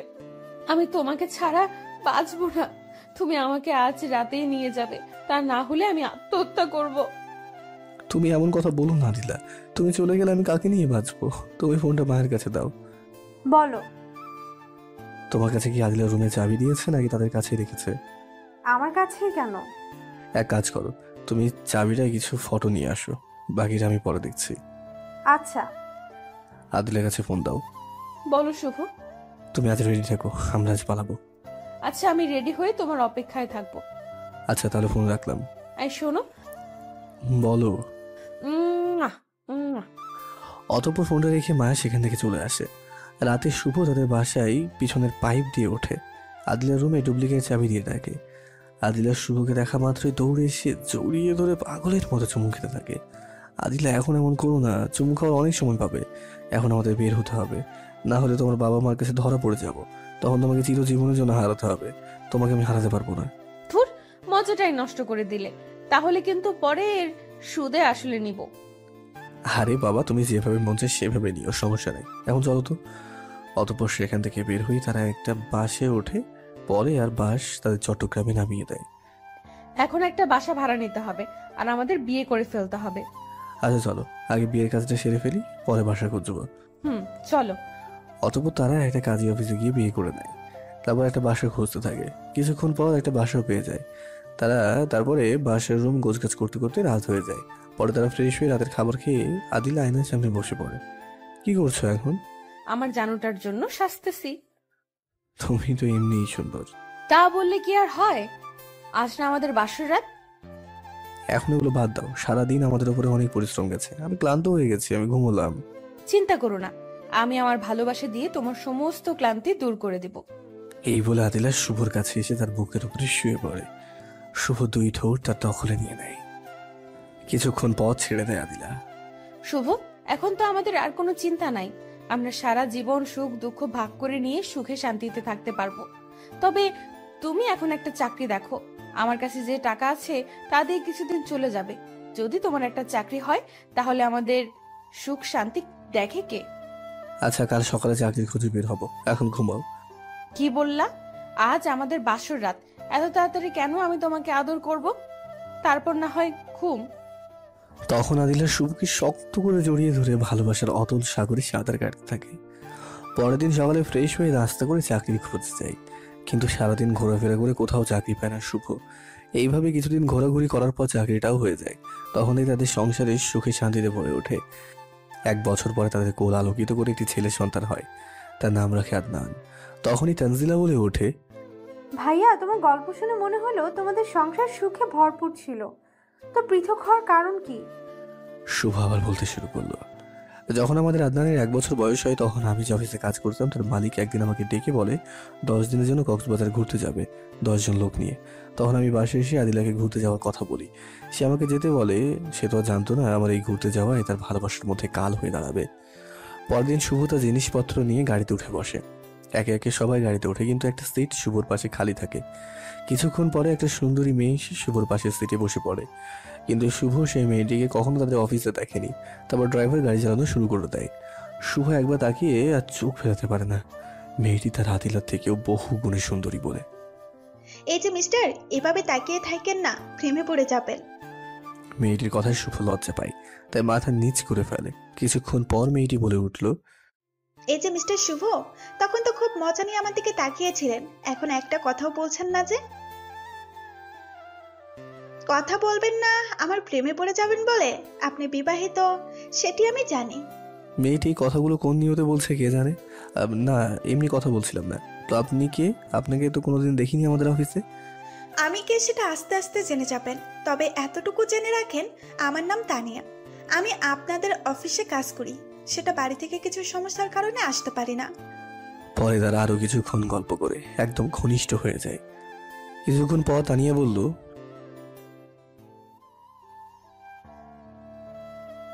তারপর তানিয়া শুভর কাঁধে মাথা রাখে আর শুভ তানিয়ার গোলাপির মতো ঠোঁটের দিকে তাকিয়ে থাকে। তাকিয়ে থাকতে থাকতে কখন যে শুভ তার ঠোঁটের প্রতি আকৃষ্ট হয়ে যায় শুভ বুঝতেই পারে না। হঠাৎ করে শুভ তানিয়ার ঠোঁটে আলতো করে একটা কিস দিয়ে বসে। এতে তানিয়ার ঘুম ভেঙে যায়। তুমি এটা কি করলে শুভ? তুমি না বিবাহিত? সরি, আমি আসলে বুঝতে পারিনি। তোমার এই মিষ্টি ঠোঁটের দিকে তাকিয়ে থাকতে থাকতে কখন যে কিস করে ফেলেছি বুঝতেই পারিনি। আচ্ছা ঠিক আছে। শুভ মনে মনে চিন্তা করতে থাকে, এটা আমি কি করলাম? কেন আমি তানিয়াকে কিস করলাম? আমি কি তানিয়ার প্রতি দুর্বল হয়ে যাচ্ছে? হে যে মিস্টার, মন খারাপ হয়ে গেছে? আমি এগুলো বুঝি, এই বয়সে একটু একটু এরকম হবেই, তাতে মন খারাপ করার কি আছে? শুভ, আমার দিকে তাকাও। শুভ লজ্জা মাখা মুখে তানিয়ার দিকে তাকাতেই তানিয়ার শুভ দুই ঠোঁট নিজে দখলে নিয়ে নেয়। 5 মিনিট পর ছেড়ে দিয়ে তানিয়া হাঁপাতে হাঁপাতে বলল, কেমন দিলাম? তখন চুরি করে আমার ঠোঁটে কিস করছো, এখন প্রকাশ্যে দিয়ে দিলাম, যাতে আমারে কিস করলে আর চুরি করে না করো। শুভ কোনো কথা বলতে পারে না। তানিয়ার ব্যবহারে যেন শুভ বাকশক্তি হারিয়ে ফেলেছে। এই শুভ, কথা বলছো না কেন? আবার দিতে হবে নাকি? এই না না, তানিয়া একটা কথা বলবো। বলো, কি বলবে? তখন আমি না হয় তোমার মায়ের পরে তোমাকে কিস করেছিলাম, কিন্তু তুমি আমাকে কিস করলে কেন? তুমি তো জানো আমি বিবাহিত। জানতাম, কিন্তু আমি তোমাকে কেন কিস করেছি তা তুমি অচিরেই জানতে পারবে। অতঃপর তারা আরো কিছুক্ষণ কথা বলল। তাদের গন্তব্যে পৌঁছে শুভ দেখতে পায় তানিয়া ও শুভ রুমটা পাশেই পড়েছে। কক্সবাজারে তারা 10 দিন থাকে। এই 10 দিনে শুভ আদিলাকে ভুলে গিয়ে তানিয়াকে ভালোবাসতে শুরু করে। এই তো সেদিনের ঘটনা। এই তানিয়া, তুমি শুধু আমাকে কিস করতে দাও, আর কিছু দাও না। কখন তোমার ভালোবাসা পাবো আমি? শুভ, তোমাকে তো বলছি আমি সতীনের সংসার করতে পারবো না। এই হয় তুমি তোমার বউকে ভুলে যাও, না হয় আমাকে ভুলে যাও। যেদিন তুমি তোমার বউকে তোমার জীবন থেকে তাড়াতে পারবে, সেদিন আমি তোমাকে আমার পরিপূর্ণ ভালোবাসা দিব। আচ্ছা, তাহলে বাড়ি গিয়ে আদিলাকে তাড়িয়ে দেবো, তখন তোমার ভালোবাসা আমাকে দেবে তো? দেব। আচ্ছা চলো, আমাদের গাড়ি রেডি, এখন চলো যাবো। চলো। পরে তারা সেখান থেকে চলে যায়। অতঃপর যে বাড়িতে চলে যায়। শুভ বাড়ি আসতে আদিলা তাকে জড়িয়ে ধরে শাড়ির আঁচল দিয়ে শুভর মুখের ঘাম মুছে দেয়। এত ঢং দেখাতে হবে না, বাসে ফ্যান আছে। তুমি এমন কথা কেন বলছো শুভ? তোমার শরীর খারাপ? তোমাকে এত আমাকে নিয়ে চিন্তা করতে হবে না, আমি শিশু না, সব বুঝি। যাও, সামনে থেকে যাও, তোমার কাজ করো না। শুভ ধমক শুনে আদিলা সেখান থেকে বিছানায় শুয়ে কান্না করতে থাকে। এইভাবে প্রত্যেক দিন কোনো না কোনো বিষয় নিয়ে আদিলার সাথে ঝগড়া চলতেই থাকে। একদিনের ঘটনা, আদিলা শুভর এমন বিহেভ করা সহ্য করতে পারে না। রাতের বেলায় আদিলা শুভর পা জড়িয়ে ধরে বলে, কেন তুমি এমন করছো আমার সাথে? যদি আমি কোনো অপরাধ করে থাকি তাহলে আমাকে বলো, তার জন্য আমাকে এইভাবে কষ্ট দিও না। আমি তোমার কষ্ট দেওয়া সহ্য করতে পারি না। তুমি আমার সাথে এমন বিহেভ করছো কেন? তোকে এখন আর আমার ভালো লাগে না, তোকে আমার আর জীবনে চাই না। না শুভ, এমন করো না। আমাদের আদনানের মুখের দিকে তাকিয়ে হলেও আমার প্রতি রহম করো। চুপ, একদম চুপ। তোকে এখান থেকে আর ভালো লাগছে না, বললাম না? তোকে এত কষ্ট দিচ্ছি, তুই যাস না কেন? চলে যা তুই। চুপ, একদম চুপ। তখনই শুভর মোবাইলে ফোন আসে। হ্যালো জানু, কি করছো? এই তো জানো, তোমার কথাই চিন্তা করতেছিলাম। তুমি আমাকে ভালোবাসা দেবে না? আমি কি বলেছি জানো, তোমার মনে নেই? এদিকে আদিলা এসে শুভর পা ধরে বলে, এমন করো না শুভ, তোমার চাহিদা পূরণ করতে হলে আমার সাথে করো। আমি তোমার বউ, তুমি যখন চাইবে আমি তখনই রাজি। তবুও এমন করো না। আমি থাকতে কখনো তোমাকে অন্যজনের সাথে দেখতে পারবো না। তুমি আমাকে মেরে ফেলো শুভ। তুই ভালো কথাই মনে করে দিলি, তুই না থাকলে তো আর কোনো সমস্যা নেই। এই বলে শুভ আদিলা চুল ধরে মাঝ রাতে ঘর থেকে বের করে দিয়ে ঘরে দরজাটা লাগিয়ে দেয়। এদিকে শুভ তানিয়ার সাথে ফোনে কথা বলছে। তখন তানিয়া বলে, জানো কি করছো তুমি? এই তো জানো, ভেজালটা দূর করলাম। এখন বলো, কখন আমাকে ভালোবাসা দেবে? কাল সকালে হোটেলে চলে এসো। পরের দিন শুভ সকালে উঠে তার ছেলে আদনানকে কাজের বুয়ার কাছে দিয়ে তানিয়াকে দেওয়ার ঠিকানায় চলে যায়। গিয়ে যা দেখতে পায়, তাতে শুভর পা থেকে মাটি সরে যায়। শুভ তা দেখে তো থমকে দাঁড়ায়। পরের দিন শুভ তানিয়া দেওয়া ঠিকানায় গিয়ে দেখতে পায় তানিয়া একটি ছেলের সাথে একই বিছানায় শুয়ে আছে। জানো দেখো, আমার আরেক জানু এসে গেছে, তুমি একটু থাকো, আমি তার সাথে কথা বলে আসি। ছি তানিয়া, ছি, তুমি এত নিকৃষ্ট, আমি জানতাম না। তুই কি নিজেই ভালো? আমি হয় আমার স্বামীর সাথে শুয়েছি আর এটা বৈধ, আর তুই কি করতে আসছিস অন্যের সাথে? ছি, তোর মতো খারাপ কোনো ছেলে এই জগতে আছে কিনা আমার জানা নেই। যে তোকে পাগলের মতো ভালোবাসে এসেছে, তাকে তুই ঠকালি। আমিও ঠিক এটাই চাইছিলাম। আমি তোদের দুইজনের সুখে থাকা দেখতে পারছিলাম না। আমি একটা জিনিস ভেবে পাই না যে স্বর্ণের প্লেটে ভাত খেয়ে বড় হয়েছে, সে কত ভালোবাসলে তার মতো গরিব একটা ছেলের হাত ধরে চলে আসতে পারে। জানিস, তোকে সে অন্ধের মতো বিশ্বাস করত। তোদের সম্পর্ক নষ্ট করার জন্য আমি অনেক চেষ্টা করেছি। আদিলাকে তোর নামে মিথ্যে ফ্যাক ভিডিও তৈরি করে দেখিয়েছিলাম, যাতে আদিলা দেখে তোর সাথে সম্পর্ক নষ্ট করে দেয়।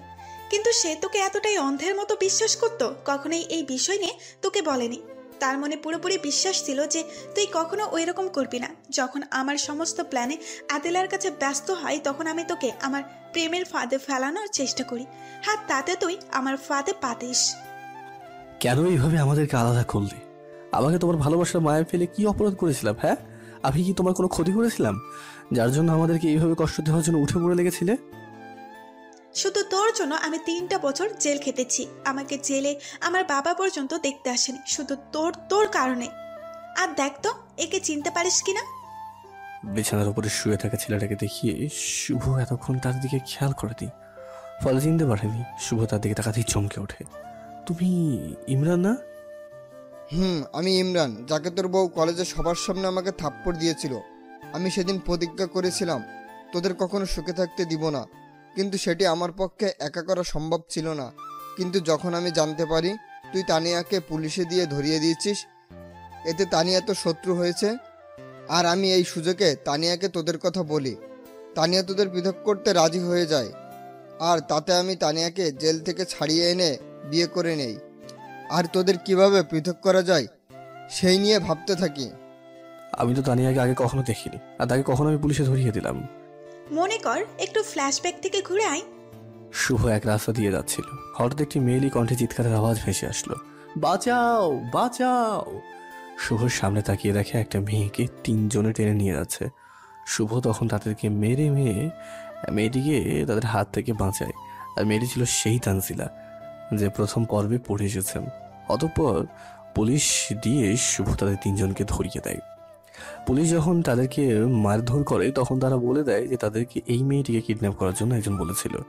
শালা হারামজাদারা আমার কথা বলে দেয়, তখন পুলিশ আমাকে ধরে নিয়ে যায়। কারণ আমি বিদেশে সুন্দরী মেয়ে প্রচার করি, কোটি কোটি টাকা কামাই করতাম। আর এখন আমার বাবাও জানতো, সেই জন্য বাবা আমাকে একবারও জেলে দেখতে যায়নি। শুধু তোর জন্য আমার কত টাকা ক্ষতি হয়েছে, এগুলো প্রতিশোধ নেওয়ার জন্য আমি এত কিছু করেছি, আরো করব। তোকে বেঁচে থাকতে দিব না, তোকে তিলে তিলে কষ্ট দিয়ে মারবো। এদিকে তখনই শুভর মোবাইলে একটা মেসেজ আসে। শুভ মেসেজটা সিন করে দেখতে পায়, হারামজাদা, তুই আমার খেয়ে আমার পরে আমার মেয়েকে ধর্ষণ করার চেষ্টা করেছিস। তুই থাক, আমি পুলিশ পাঠাচ্ছি। তোকে আমার মেয়েকে ধর্ষণ করার ইচ্ছা তোর বের করছি। শুভ মেসেজ দেখেই চমকে যায়, সে কিছুই বুঝতে পারে না। কিরে, মেসেজ দেখে অবাক হচ্ছিস? অবাক হওয়ার কিছু নেই। এই বলে তার মোবাইলে একটা ভিডিও চালু করে, যেখানে দেখতে পাই শুভ তানিয়াকে ধর্ষণ করার চেষ্টা করছে। আমি এই ভিডিওটা বাবাকে দিয়েছি অন্য একটা নাম্বারে, কারণ বাবা তোকে অনেক বিশ্বাস করত। একটা কথা মনে রাখিস, বিপদ যখন আসে সব জায়গায় আসে। সেদিন বাসে তোকে বলেছিলাম না আমার পরিচয় আস্তে আস্তে জেনে যাবে? এখন তোকে পরিচয়টা দিলাম। আর সেই ট্যুরের ব্যবস্থা কথা আমি বাবাকে বলেছিলাম যাতে তোকে ভাসাতে পারি। বাবা প্রথমে রাজি ছিল না, যখন আমি বলি যদি তুমি ট্যুরের ব্যবস্থা করো তাহলে সমস্ত খারাপ কাজ আমি ছেড়ে দেব, তখন বাবা রাজি হয়। আর শোন, এখনো তোর কিছু সময় হাতে আছে, তোর ছেলেকে বাঁচা। বাবা পুলিশ তোর ছেলের কাছেই পাঠাইছে, কারণ তুই তোর ছেলেকে ভীষণ ভালোবাসিস। তাকে ধরলে তুই এমনিতেই থানায় যাবি। তানিয়ার কথা শুনে শুভ দৌড়ে বাড়ি চলে যায়। সেখানে কাজের বর থেকে তার ছেলেকে নিয়ে আসতে যাবে, তখনই সামনে শুভ তার ছেলেকে নিয়ে আসতেই সামনে টেবিলের ওপর একটা কাগজ দেখতে পাই। শুভ এক হাতে সেটি নিয়ে পড়তে থাকে। আমার প্রিয় শুভ, আমি তোমাকে কতটুকু ভালোবেসেছিলাম জানি না, কিন্তু বিশ্বাস করো, যখন কেউ তোমার নামে আমার কাছে খারাপ ভিডিও পাঠায় তো সেগুলো কখনো বিশ্বাস করতাম না। আমি জানতাম কখনো তুমি এমন করতে পারো না, তাই আমি সেগুলো মিথ্যে বলে আগুন লাগিয়ে দিতাম। কখনো তোমাকে বুঝতে দিতাম না শুভ, তোমার প্রতি আমার মনে কতটা বিশ্বাস পোষণ করেছিলাম তা হয়তো কোনো মেয়ে তার অন্তরে পোষণ করতে পারবে না। তুমি গরিব থাকা সত্ত্বেও আমি সেদিন তোমার হাত ধরে পালিয়ে এসেছিলাম, শুধু এই আশায় তুমি আমাকে সারা জীবন ভালোবাসবে, আমাকে আদর দিয়ে আগলে রাখবে, আমাকে কখনো ছেড়ে যাবে না।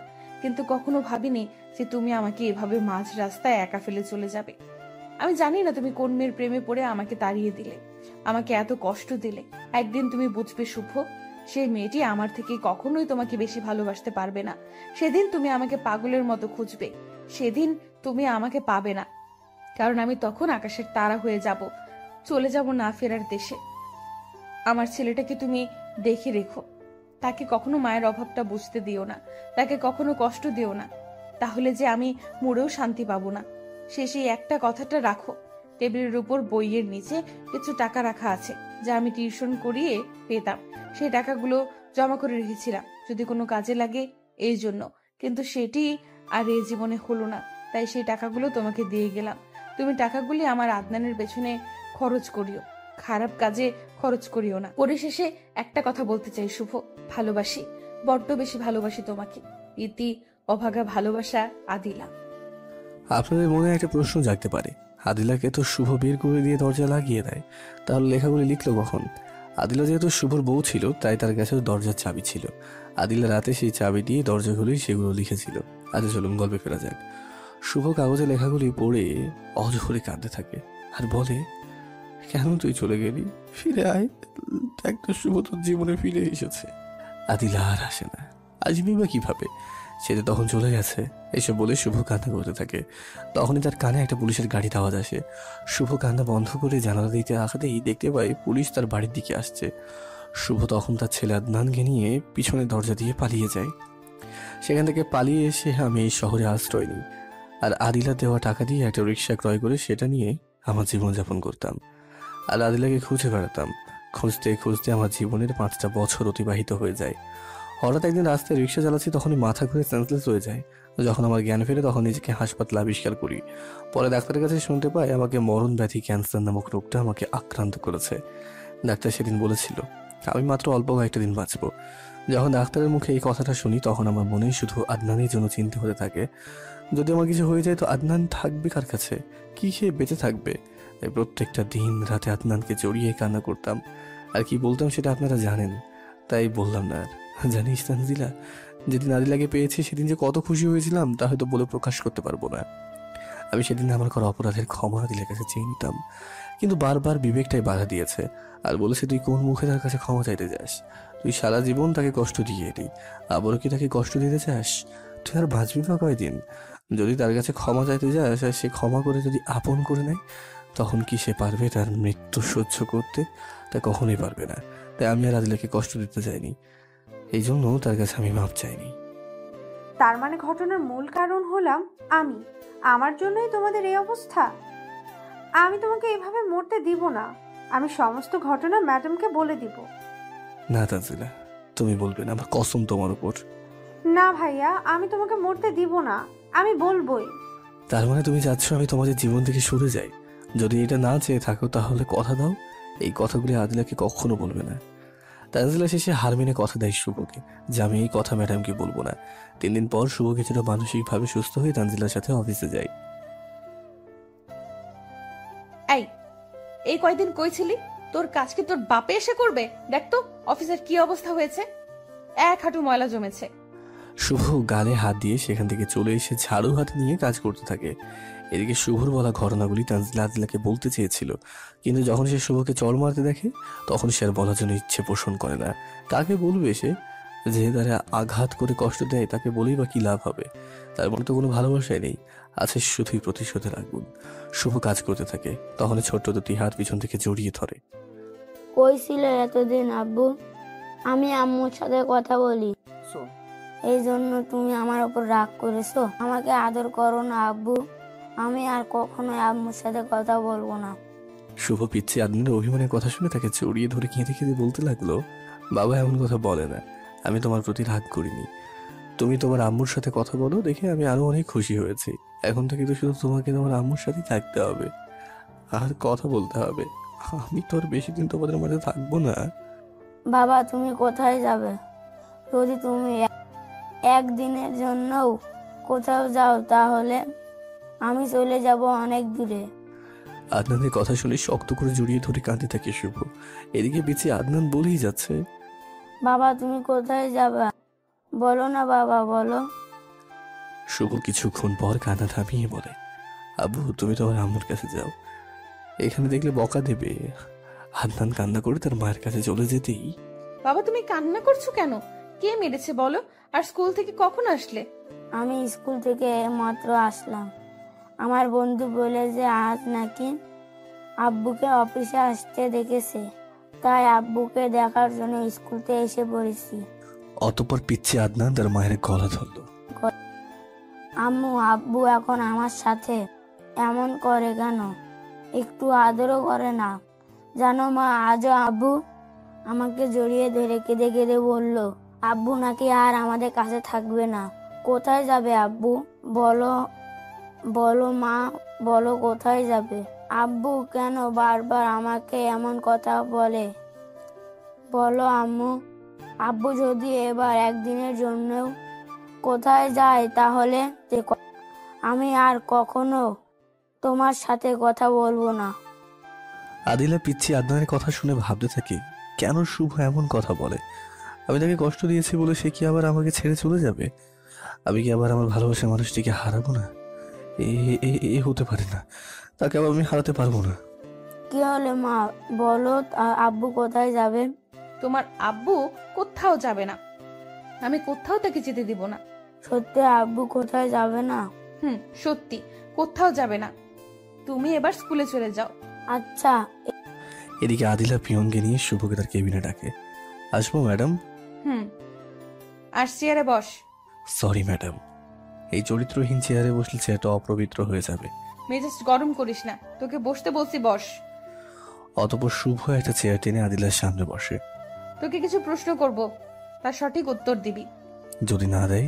জানি তুই এই কথাই বলবি।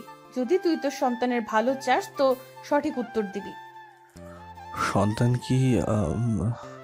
তোর এত কিছু শুনতে চাইনি আমি। আচ্ছা বলেন। তুই বারবার আদনানকে বলিস তুই আর আমাদের কাছে থাকবি না, তো কোথায় যাবি? নাকি নতুন কাউকে পেয়েছিস যে আমাকে দেওয়া তোর সাইনের কথা ভুলে গেছিস? ম্যাডাম আমি কিছুই বলিনি, আর নতুন কাউকে, এই বলে শুভ হাসার চেষ্টা করে। হাসলি কেন? আমি হাসার কিছু বলছি? তোর তো চরিত্রই ওইরকম। জানেনই তো, আর বলে কি লাভ? কি যেন লেগেছেন সেটা বলেন। আচ্ছা তুই আদনানকে এমন কথা কেন বলস যে তুই আর আমাদের কাছে থাকতে পারবি না? বল কই যাবি তুই? চলে যাব অচিন কোনো দেশে, যেখানে থেকে আপনি আর আমাকে দিয়ে গাধার মতো কাজ করাতেও পারবেন না, বা সেখানে থেকে আর আমাকে নিয়ে আসতে পারবেন না, কারণ সেখানে আপনার কোনো ক্ষমতাই থাকবে না। আরেকটা কথা, তোকে যে আমি এত কষ্ট দেই, এত অপমান করি, তবু তুই এখান থেকে যাস না কেন? নাকি সাইন করার সেই পেপারের ভয়? না ম্যাডাম, আমি এই জন্যই থাকি যে মেয়ে আমার একটু ব্যথা সহ্য করতে পারতো না, সে মেয়ে যখন আমার একটা অপরাধের কারণে গাধার মতো কাজ করিয়ে তাকে দেওয়া কষ্টের প্রতিশোধ নিতে চাই, তাহলে আমি কেন পারবো না তার দেওয়া কষ্ট সহ্য করতে, তার একটু আনন্দের কারণ হতে? আমি তো জীবনে কখনো তার মুখে হাসি ফোটাতে পারিনি, শুধু তাকে কষ্টই দিয়ে এসেছি। এখন সে আমাকে কষ্ট দিয়ে আমার জীবন্ত লাশ দেখে যদি একটু আনন্দ পায়, খুশি হয়, তাহলে আমি তার দেওয়া কষ্টগুলি সহ্য করি। শুভর বলা কথাগুলো যেন আদিতার কলিজায় গিয়ে লাগে। আসলেই তো তাকে আমি গাধার মতো কাজ করাই। হয়তো সে একটা ভুল করেছে, তার জন্য কিভাবে আমি তাকে এত কষ্ট দিলাম। আমি এত খারাপ কি করে হলাম? যাকে জীবন থেকে বেশি ভালোবাসি তাকে কি করে এত কষ্ট আমি দিতে পারলাম? এই বিরাট অফিসটার জন্যই কি আমার অন্তরে অহংকার জমে গেছে? এর জন্যই আমি আমার জানটারে কষ্ট দিলাম। আমি এই অফিস আর আমার কাছে রাখবো না। আমার জানুটাকে লিখে দিয়ে আমি তার থেকে আজ মাফ চেয়ে নেব, তাকে আজই আপন করে নিব। আমার জানটাকে আর কষ্ট দেব না। হঠাৎ আদিলার ব্যবহারে ধরন পরিবর্তন হয়ে যায়, সেটি শুভ খেয়াল করে। এমন রহস্যজনক কথা তুমি কোথায় শিখলে শুভ? তুমি তো এমন ছিলে না। সত্যি করে বলো, তুমি কোথায় যাবে? বলো শুভ, বলো, চুপ করে থেকো না, বলো শুভ। শুভ তখন বুঝতে পারে যে আদিলা এখন আর বসের রূপে নেই। মুহূর্তের মধ্যেই তার জান আদিলার রূপ তার মধ্যে এসে গেছে। কিন্তু শুভ সেটি চায় না যে আদিলা আবার তার জীবনে ফিরে আসুক। চায় না তাকে আর কষ্ট দিতে, কারণ সে যার মাত্র কয়েকটা দিনের অতিথি। তাই শুভ বিষয়টি পরিবর্তন করার জন্য বলে, ম্যাডাম, আমি আপনার সমস্ত প্রশ্ন উত্তর দিচ্ছি। এখন আমার কাজ করতে হবে, নয়তো বিনা দোষে থাপ্পড় খেতে হবে। আমি চললাম। এই বলে শুভ কাজে যায়। আদিলা তখন বলে ওঠে, প্লিজ শুভ, তুমি এখান থেকে যেও না। বলে যাও তুমি কোথায় যাবে। আমি তোমাকে কোথাও যেতে দেব না। পরের দিন আদিলা সকালে এসে দেখতে পাই শুভ তার কাজ করছে, কারণ শুভ অফিসেই থাকে বলে। এই শুভ শোনো, এক্ষুনি আমার কেবিনে আসবো। এই বলে আদিলা তার রুমে চলে আসে। কিছুক্ষণ পরে, ম্যাডাম আসবো? আসো, তবে এরপর থেকে কোনো অনুমতি লাগবে না। তুমি নিজের বাসা মনে করে চলাফেরা করবে। তা কি করে হয়? কোথায় আপনার রুম আর কোথায় চরিত্রহীনের আসা যাওয়া, সেটি সম্ভব না। আর কি বললেন, নিজের রুম? চরিত্রহীনের আবার বাসাও থাকে?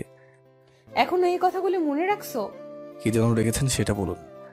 আদিলা তখন তার চেয়ার থেকে উঠে কেবিনে দরজাটা লক করে শুভর কাঁধে হাত দেয়। আপনি দরজা বন্ধ করলেন কেন? আমি আবার আপনার কোনো ক্ষতি করতে পারি? তোমার বউকে তুমি যা ইচ্ছে তাই করবে, তবে কার কি? শোনো, আজ থেকে ওই চেয়ারটা তোমার। আদিলা চেয়ার দেখায়। আপনার মাথা খারাপ হয়েছে, আমি আসি। এই বলে উঠতে যাব, তখনই যদি এক পাও আগাও তাহলে ভুলে যাব আমার কোনো ছেলে আছে। আদিলা ভালো করে জানে আদনান তার দুর্বলতা। শুভ থেমে যায়। এই তো গুড বয়, এখন যাও আমার চেয়ারে বসো। যতক্ষণ পর্যন্ত আমি উঠতে না বলবো, যদি এর কোনো এদিক সেদিক হয় তাহলে। হবে না। অতঃপর আদিলা শুভকে তার চেয়ারে বসিয়ে রেখে বের হয়ে যায়। অতঃপর 3-4 ঘন্টা পর ফিরে আসে। যাও ফ্রেশ হয়ে আসো, 3-4 ঘন্টা বসে থেকে বোর হয়ে গেছো। অতঃপর শুভ ফ্রেশ হতে চলে যায়। আর ফ্রেশ হয়ে এসে দেখে আদিলা শুভর পছন্দের সমস্ত খাবার বিছিয়ে রেখে শুভর জন্য অপেক্ষা করছে। তা দেখে শুভ বের হতে যাবে, তখন আদিলা বলল, কই যাও শুভ? আজ থেকে তোমার কোনো কাজ করতে হবে না।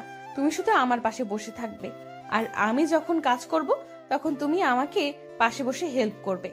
এখন আসো, আমার সাথে খাবার খাবে। বহুদিন পর আজ তোমার জন্য নিজ হাতে রান্না করে নিয়ে আসছি। শুভ কোনো কথা না বলে রুম থেকে বের হতে যায়। তখনই আদিলা গিয়ে শুভর কলার ধরে টেনে এনে হালকা একটু ধাক্কা দেয়।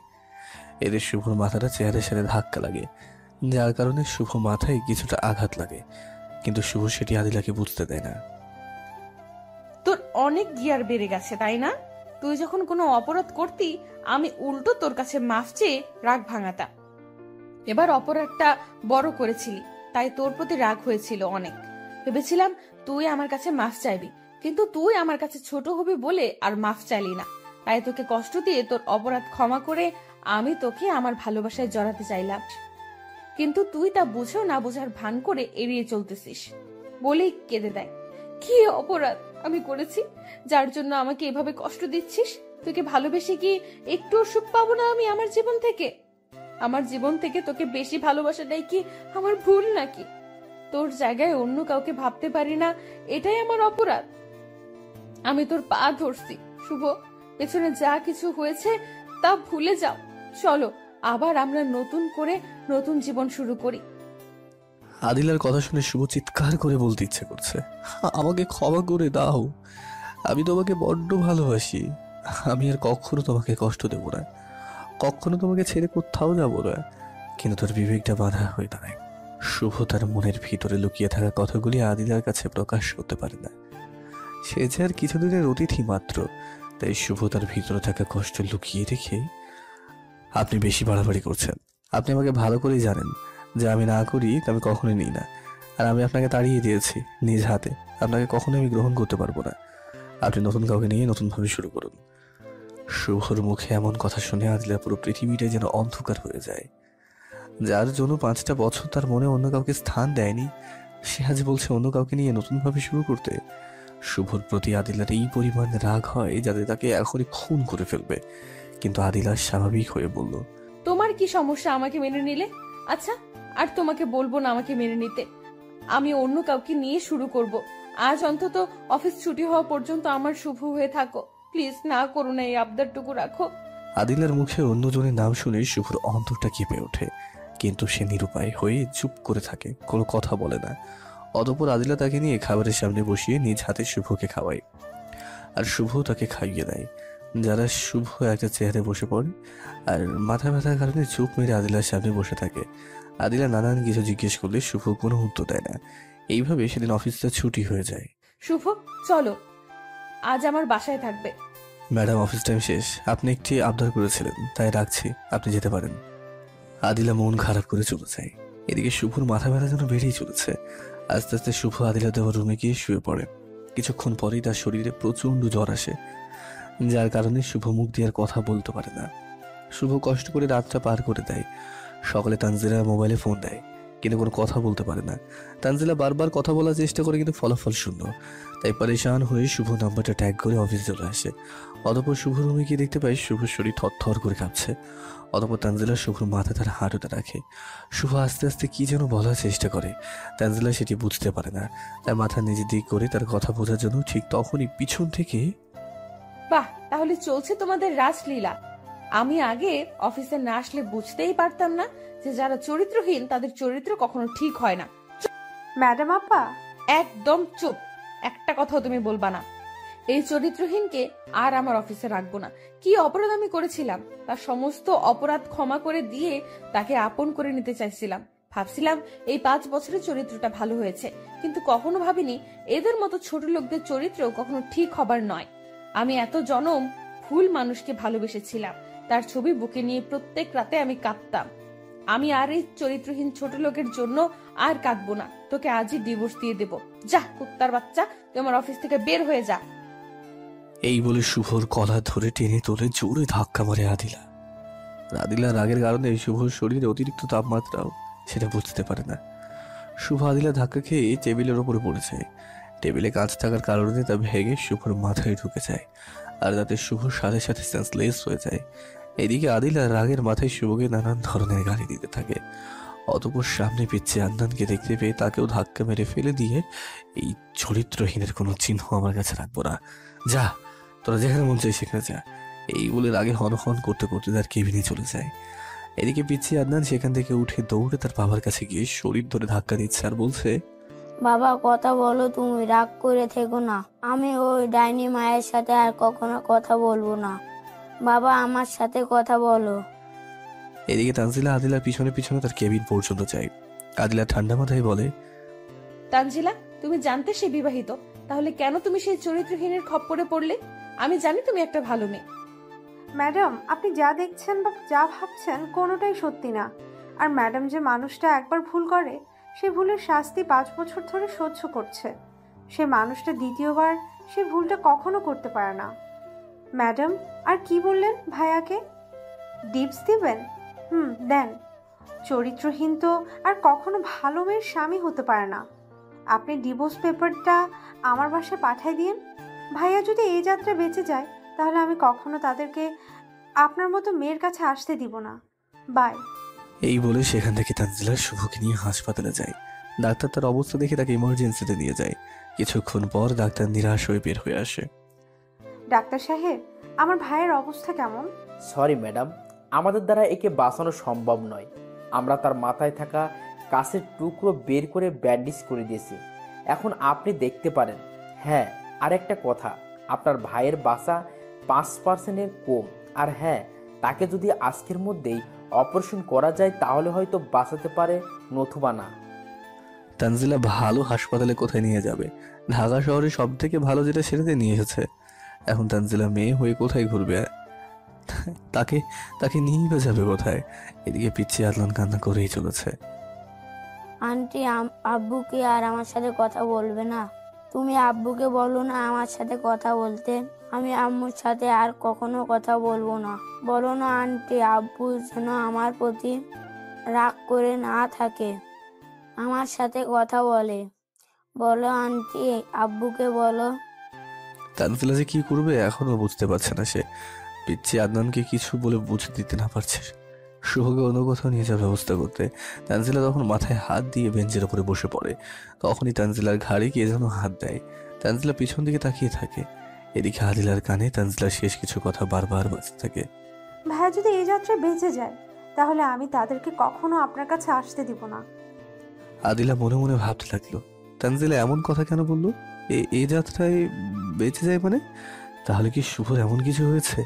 আমি কি রাগের মাথায় কোনো ভুল করে ফেললাম? না, আর ভাবতে পারছি না।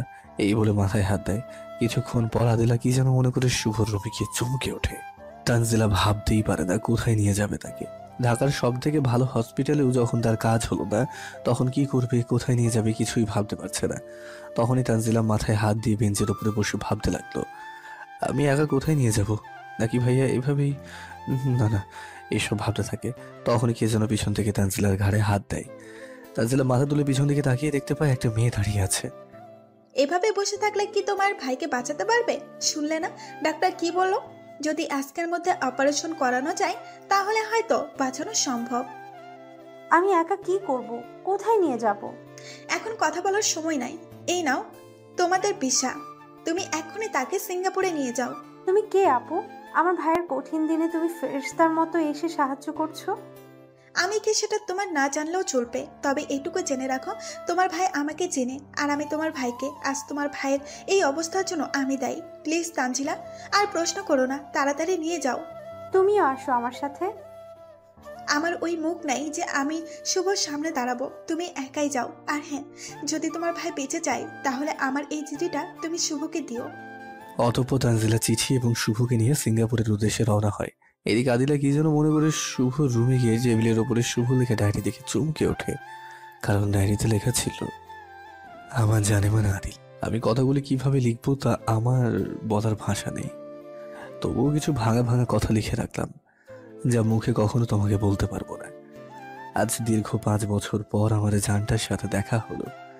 আমার শেষ সময়ে সে আমাকে দেখা মাত্রই চরিত্রহীন উপাধি দিল। আসলেই আমি একটা চরিত্রহীন। তারপর আমাকে অনেক কাজ করতে দিল যা একা মানুষের পক্ষে করা সম্ভব না। সে তার কাজের মাধ্যমে আমার করা অপরাধের শাস্তি দিতে যাচ্ছে। আমি তোমার সমস্ত শাস্তি ভালোবাসা মেনে হিসেবে মেনে নেব। তুমি হয়তো মনে মনে ভাবতে, আমি তোমার কাছে ক্ষমা চাইলে আমার মান সম্মান চলে যাবে, তোমার কাছে ছোট হয়ে যাব। এই ভয়ে তোমার কাছে ক্ষমা চাই না। তাহলে ভুল ভাববে আদিলা। তোমার থেকে আমার কাছে আমার মান সম্মান কিছুই না। আমি বারবার তোমার কাছে ক্ষমা চাওয়ার জন্য যেতাম, কিন্তু আমার বিবেকটা বাধা দিত। আমার বিশ্বাস ছিল আমি যতই অপরাধ করি না কেন, তোমার কাছে একবার ক্ষমা চাইলে তুমি আমাকে মাফ করে দেবে, আমাকে আপন করে নেবে। জানো আদিলা, আবার এখানেই ভয় হতো, যদি তুমি আমাকে আমার আপন করে নাও তাহলে তুমি আবার আমার দ্বারা কষ্ট পাবে। আমি তোমাকে না কষ্ট দিতে চাইনি আবারও। তোমাকে যেদিন আমি দাঁড়িয়ে দিয়েছিলাম তার পরের দিন থেকে তোমাকে পাগলের মতো খুঁজতাম। তোমাকে তাড়িয়ে দেওয়া হয়তো আল্লাহ সহ্য করতে পারেনি, তাই আল্লাহ আমাকে মারণ ব্যাধি ক্যান্সার নামক রোগ আমার শরীরে দিয়েছে। সেদিন ডাক্তার দেখিয়েছিলাম, ডাক্তার বলেছে আমি নাকি আর কয়েকটা দিন বাঁচবো। তাই আমি তোমার কাছে কখনো মাপ চাইনি। জানো আদিলা, যখন তুমি আমাকে কষ্ট দিতে আমি অনেক আনন্দে ছিলাম, কারণ তুমি এখন আমাকে ঘৃণা করছো। আর এখন যদি আমার মৃত্যু হয় তাহলে তুমি আর কষ্ট পাবে না। কিন্তু হঠাৎ একদিন তোমার কি জানি হলো, তুমি আবার আমাকে কাছে আনার জন্য তুমি আমার কাছে মাপ চাইলে। আমি সেদিন বড্ড কষ্ট পেয়েছিলাম, কারণ তুমি আবার আমার কারণে কষ্ট পাবে। তাই তোমাকে আমি এড়িয়ে চলতাম। আদিলা, আমি যে অপরাধগুলি করেছি তা হয়তো ক্ষমার অযোগ্য, কিন্তু তোমার কাছে শেষ সময় হাত জোর করে ক্ষমা চাচ্ছি। আদিলা, এই চরিত্রহীনটাকে ক্ষমা করে দিও। সারা জীবন তোমাকে আমার জন্য কাঁদতে হয়েছে। তোমার এই কষ্টগুলো মনে রেখো না, তাহলে আল্লাহ আমাকে মাফ করবে না। প্লিজ তুমি আমাকে মন থেকে ক্ষমা করে দিও। জানি না তুমি এই ডায়েরিটা কোনোদিন পড়বে কিনা। যদি আমি মরে যাওয়ার পরে এই ডায়েরিটা তোমার হাতে যায় তাহলে তোমার কাছে একটাই রিকোয়েস্ট, আমার আদনানকে কখনো কষ্ট দিও না, তাকে কখনো বাবার অভাবটা বুঝতে দিও না। তাকে দেখিয়ে রেখো। আদিলা, সে আমাকে অনেক ভালোবাসে। যদি তাকে চরিত্রহীনের ছেলে বলে কষ্ট দাও তাহলে হয়তো আমি মরে গিয়েও শান্তি পাবো না। আদিলা, আবারও বলছি আদিলা, এই চরিত্রহীনটাকে ক্ষমা করে দিও। এটি তোমার চরিত্রহীন স্বামী। ডায়েরিটা পড়ে শেষ হতেই তার হাত থেকে ডায়েরিটা পড়ে যায়। কেন তুই একটিবারও আমাকে বললি না তোর ক্যান্সার হয়েছে? কেন? আমি কি এতটাই পর? যে আমাকে বলা যেত না? আমি না হয় তোকে সেদিন চরিত্রহীন বলেছি, তার জন্য তুই আমাকে এভাবে শাস্তি দিবি? আমি তোকে না জেনে না বুঝে ভুল বুঝেছি, আমাকে ক্ষমা করে দে। আমি তোকে কখনোই মরতে দিব না। শুভ, তুই মরে গেলে আমি কাকে নিয়ে বাঁচবো? ম্যাডাম, আপনি এখানে আর কান্না করছেন কেন? কি হয়েছে? আমার শুভকে কেউ এখানে এনেছিল। কার কথা বলছেন? মোবাইল থেকে শুভর ফটো দেখায়। করে এনেছিল, কিন্তু আমরা তার চিকিৎসা করতে পারি নাই। আমরা তাকে ফিরিয়ে দিয়েছি। কেন ফিরিয়ে দিয়েছেন আমার শুভকে? ভেঙে পড়বেন না, আমাদের দ্বারা তাকে বাঁচানো অসম্ভব ছিল, তাই আমরা তার চিকিৎসা করতে পারি নাই। আমরা যদি তার চিকিৎসা করতাম, হতে পারতো সে সারা জীবনের জন্য কোমায় চলে যেত, নতুবা তার স্মৃতিশক্তি চলে যেত, কারণ তার ক্যান্সারটা। বলার আগে আদিলা চিৎকার দিয়ে উঠল। না, আমার শুভর কিচ্ছু হতে পারে না।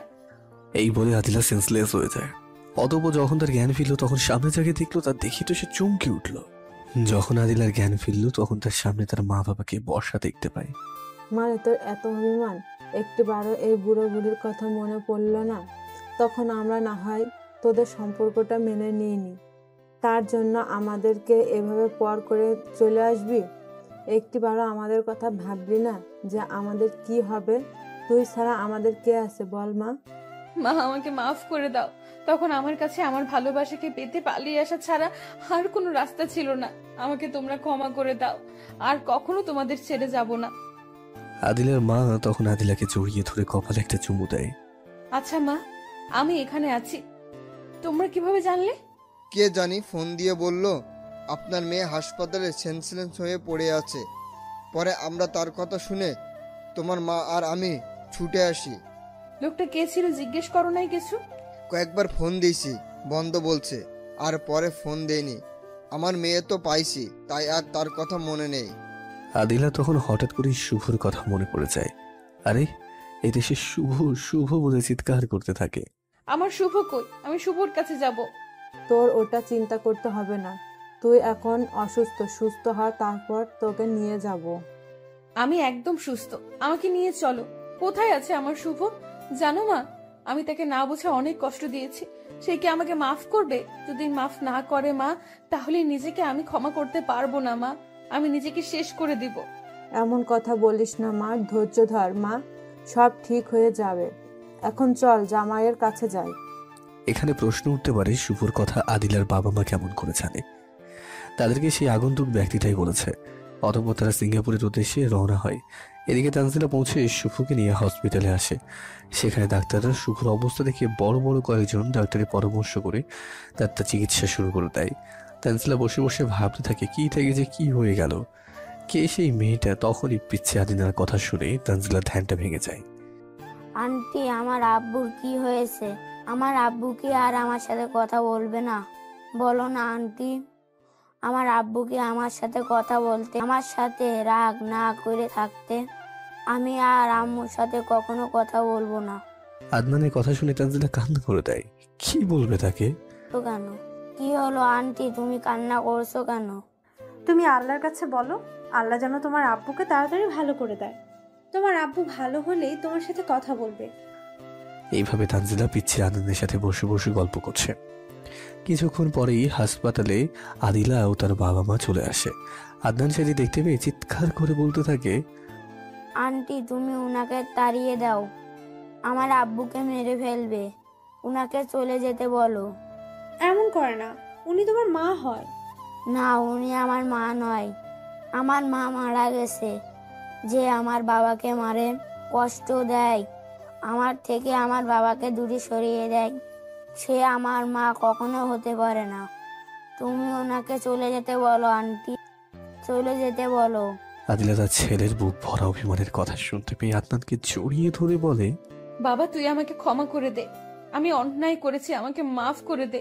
আর কখনোই তোর বাবাকে কষ্ট দিব না, তোকে কখনোই তার থেকে আলাদা করব না। এইবারের মতো আমাকে মাফ করে দে। না, তুমি আমার বাবাকে ডাকবে না, আমি তোমার কিছুই না। তুমি আমাকে ছেড়ে দাও আর এখান থেকে চলে যাও। আদিলা তার ছেলের কথা শুনে শক্ত করে জড়িয়ে ধরে। এতে আদনান কিছুটা ঠান্ডা হয়। আস্তে আস্তে কান্না থামিয়ে আদিলার কোলে আদনান ঘুমিয়ে যায়। ম্যাডাম, দেখতে আসছেন ভাইয়া বেঁচে আছে না মরে গেছে? আপনার কাছে হাত জোর করে বলছি, ভাইয়াকে আদনানের থেকে কেড়ে নিয়েন না। আমার চরিত্রহীন ভাইটাকে কখনো আপনি দেখবেন না। আমি তাকে আপনার দৃষ্টিসীমার বাহিরে পাঠাবো। প্লিজ, তবুও আপনি তাকে কিছু করিয়েন না। আমাকে ক্ষমা করে দাও, আমি বুঝতে পারি নাই, আমি তোমাকে না বুঝে অপবাদ দিছি। প্লিজ তানজিলা, ক্ষমা করে দাও। এই কি করছেন ম্যাডাম? যার কাছে ভুল করছেন তার কাছে ক্ষমা চান। আমি কিছু মনে করিনি। আপনার জায়গায় আমি থাকলে হয়তো এমনই করতাম। তবে ম্যাডাম, রাগের মাথায় এমন কিছু করবেন না যার জন্য চিরজীবনের জন্য আফসোস করতে হয়। পরে তারা আরো কিছুক্ষণ কথা বলে ডাক্তার বের হওয়ার অপেক্ষা করে। বেশ কিছুক্ষণ পর ডাক্তার বের হয়ে আসলে সবাই ডাক্তারকে ঘিরে ধরে আর বলে, রোগীর কেমন অবস্থা এখন? তাদের কথা শুনে ডাক্তার মুখটা কালো করে মাথা নিচু করে ফেলে। Operation success. তবে তবে কি ডাক্তার? দেখেন, ধৈর্য আর হবেন না। রোগী মাথায় যে আঘাত পেয়েছে, হতে পারে এর কারণে সে কোমায় চলে যেতে পারে, স্মৃতিশক্তিও হারাতে পারে। এখন আল্লাহ পাকের ইচ্ছা, আপনারা আল্লাহর কাছে দোয়া করতে থাকেন। আমরা কি এখন রোগীর সাথে সাক্ষাৎ করতে পারবো? না, রোগীর জ্ঞান না ফেরা পর্যন্ত দেখা সাক্ষাৎ করতে পারবেন না। রোগীর জ্ঞান কখন ফিরবে? যদি জ্ঞান ফিরে তো 72 ঘন্টার মধ্যেই ফিরবে, না হলে বলতে পারছে না তার জ্ঞান কখন ফিরবে, তা আল্লাহ পাক ভালোই জানেন। এই বলে ডাক্তার চলে যায়। ডাক্তারের কথা শুনে সকলের মাঝে হতাশার ছাপ দেখা যায়, বিশেষ করে আদিলার ওপর। অতঃপর সকলে মিলে নামাজ পড়ে আল্লাহর কাছে কান্নাকাটি করতে থাকে যেন শুভ সুস্থ হয়ে যায়। দেখতে দেখতে 4 দিন চলে যায়, তবুও শুভর জ্ঞান ফেরে না। এই 4 দিনে পিছিয়ে আদনান তার মায়ের কাছে যায়নি। শতবার ডাকার পরেও আদিলা পারেনি তার ছোট ছেলের অভিমান ভাঙতে। সবসময় তানজিলার কাছেই ছিল, তার সাথেই তার চলাফেরা করত। সে তার নানা নানির কাছেও যায়নি।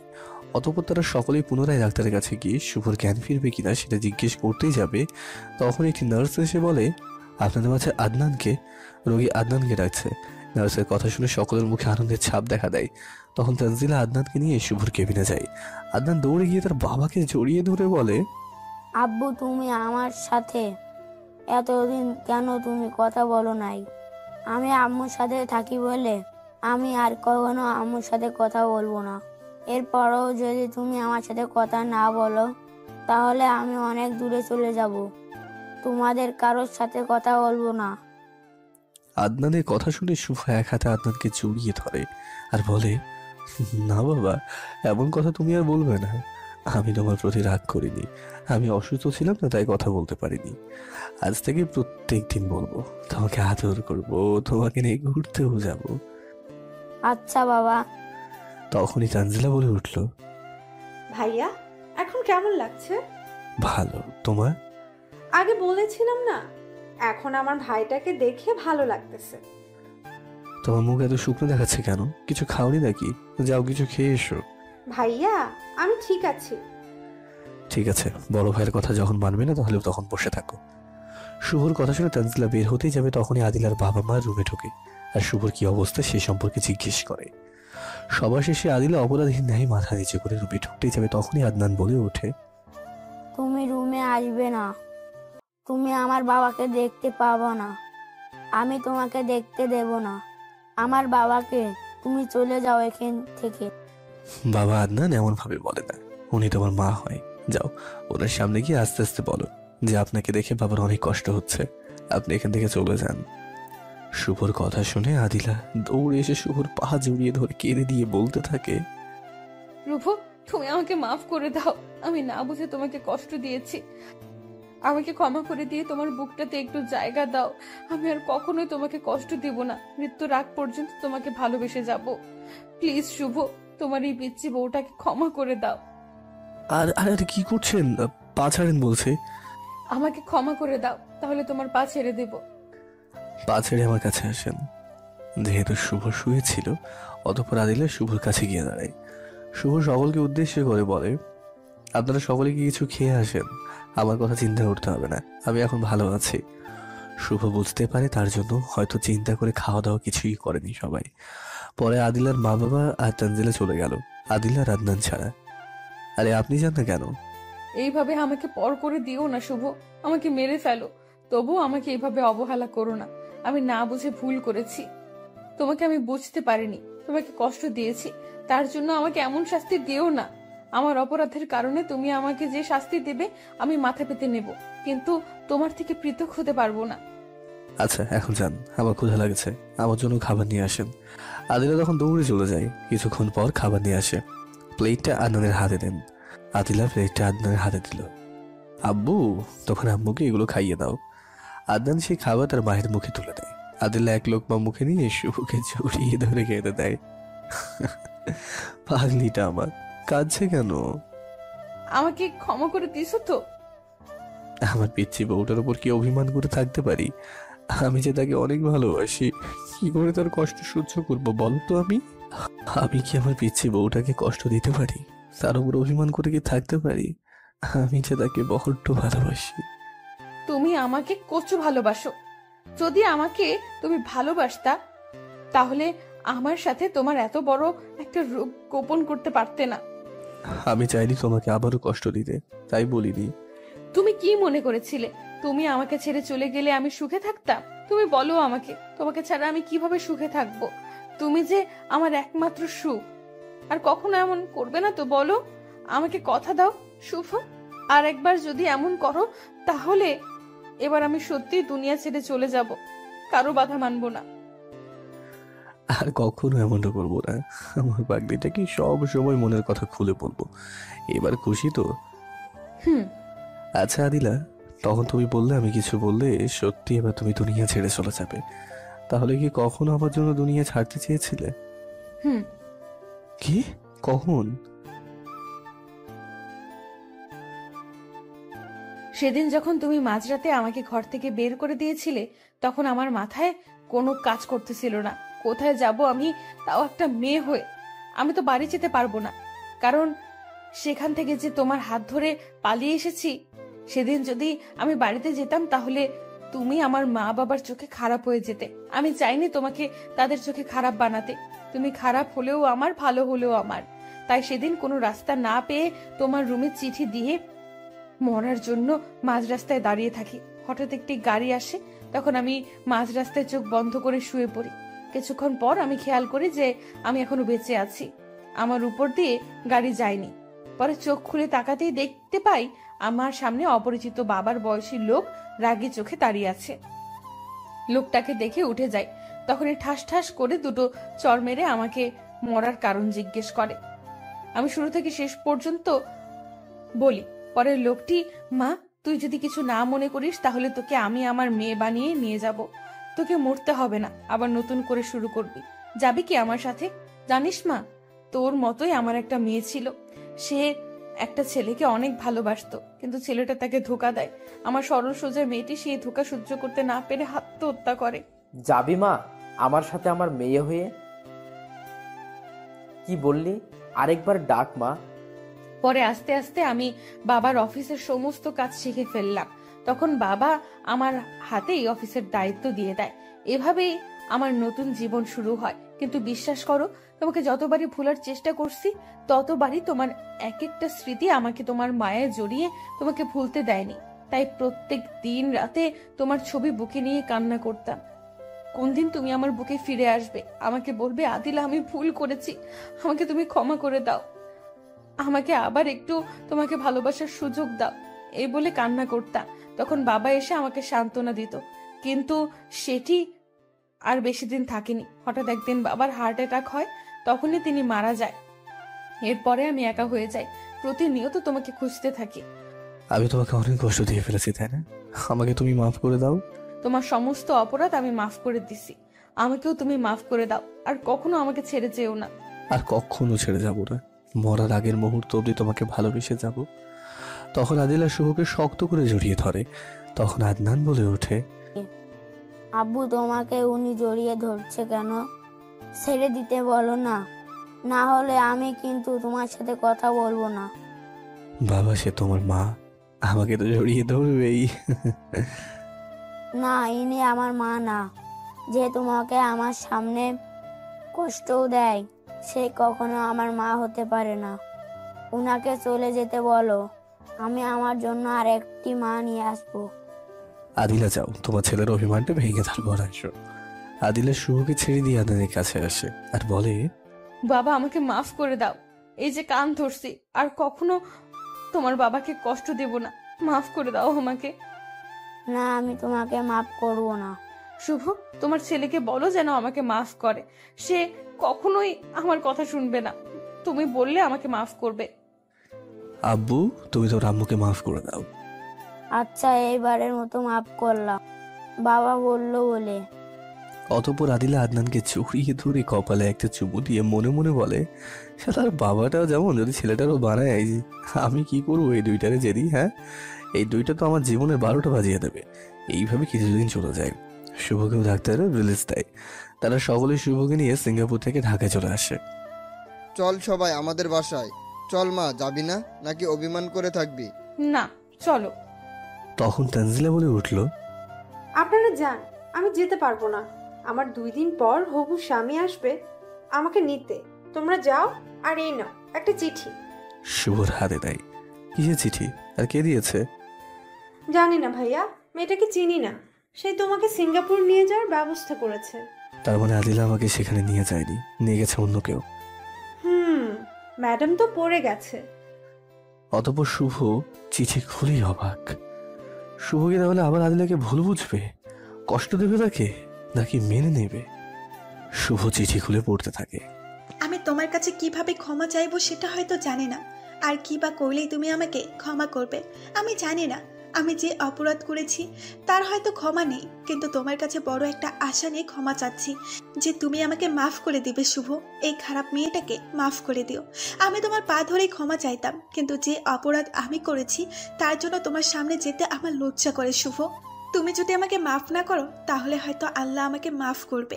আমি মরলেও শান্তি পাবো না। আমি তোমার কাছে হাত জোর করে ক্ষমা চাচ্ছি, তুমি আমাকে মাফ করে দিও। সেদিন তুমি যখন আমার সামনে, আমি তোমার শত্রু জানা থাকার সত্ত্বেও তুমি আমার কলিজার টুকরো মেয়েটাকে অ্যাক্সিডেন্টের হাত থেকে বাঁচিয়েছিলে, সেদিন নিজের উপর কতটা ঘৃণ্য হচ্ছিল আমি তোমাকে বলতে পারবো না।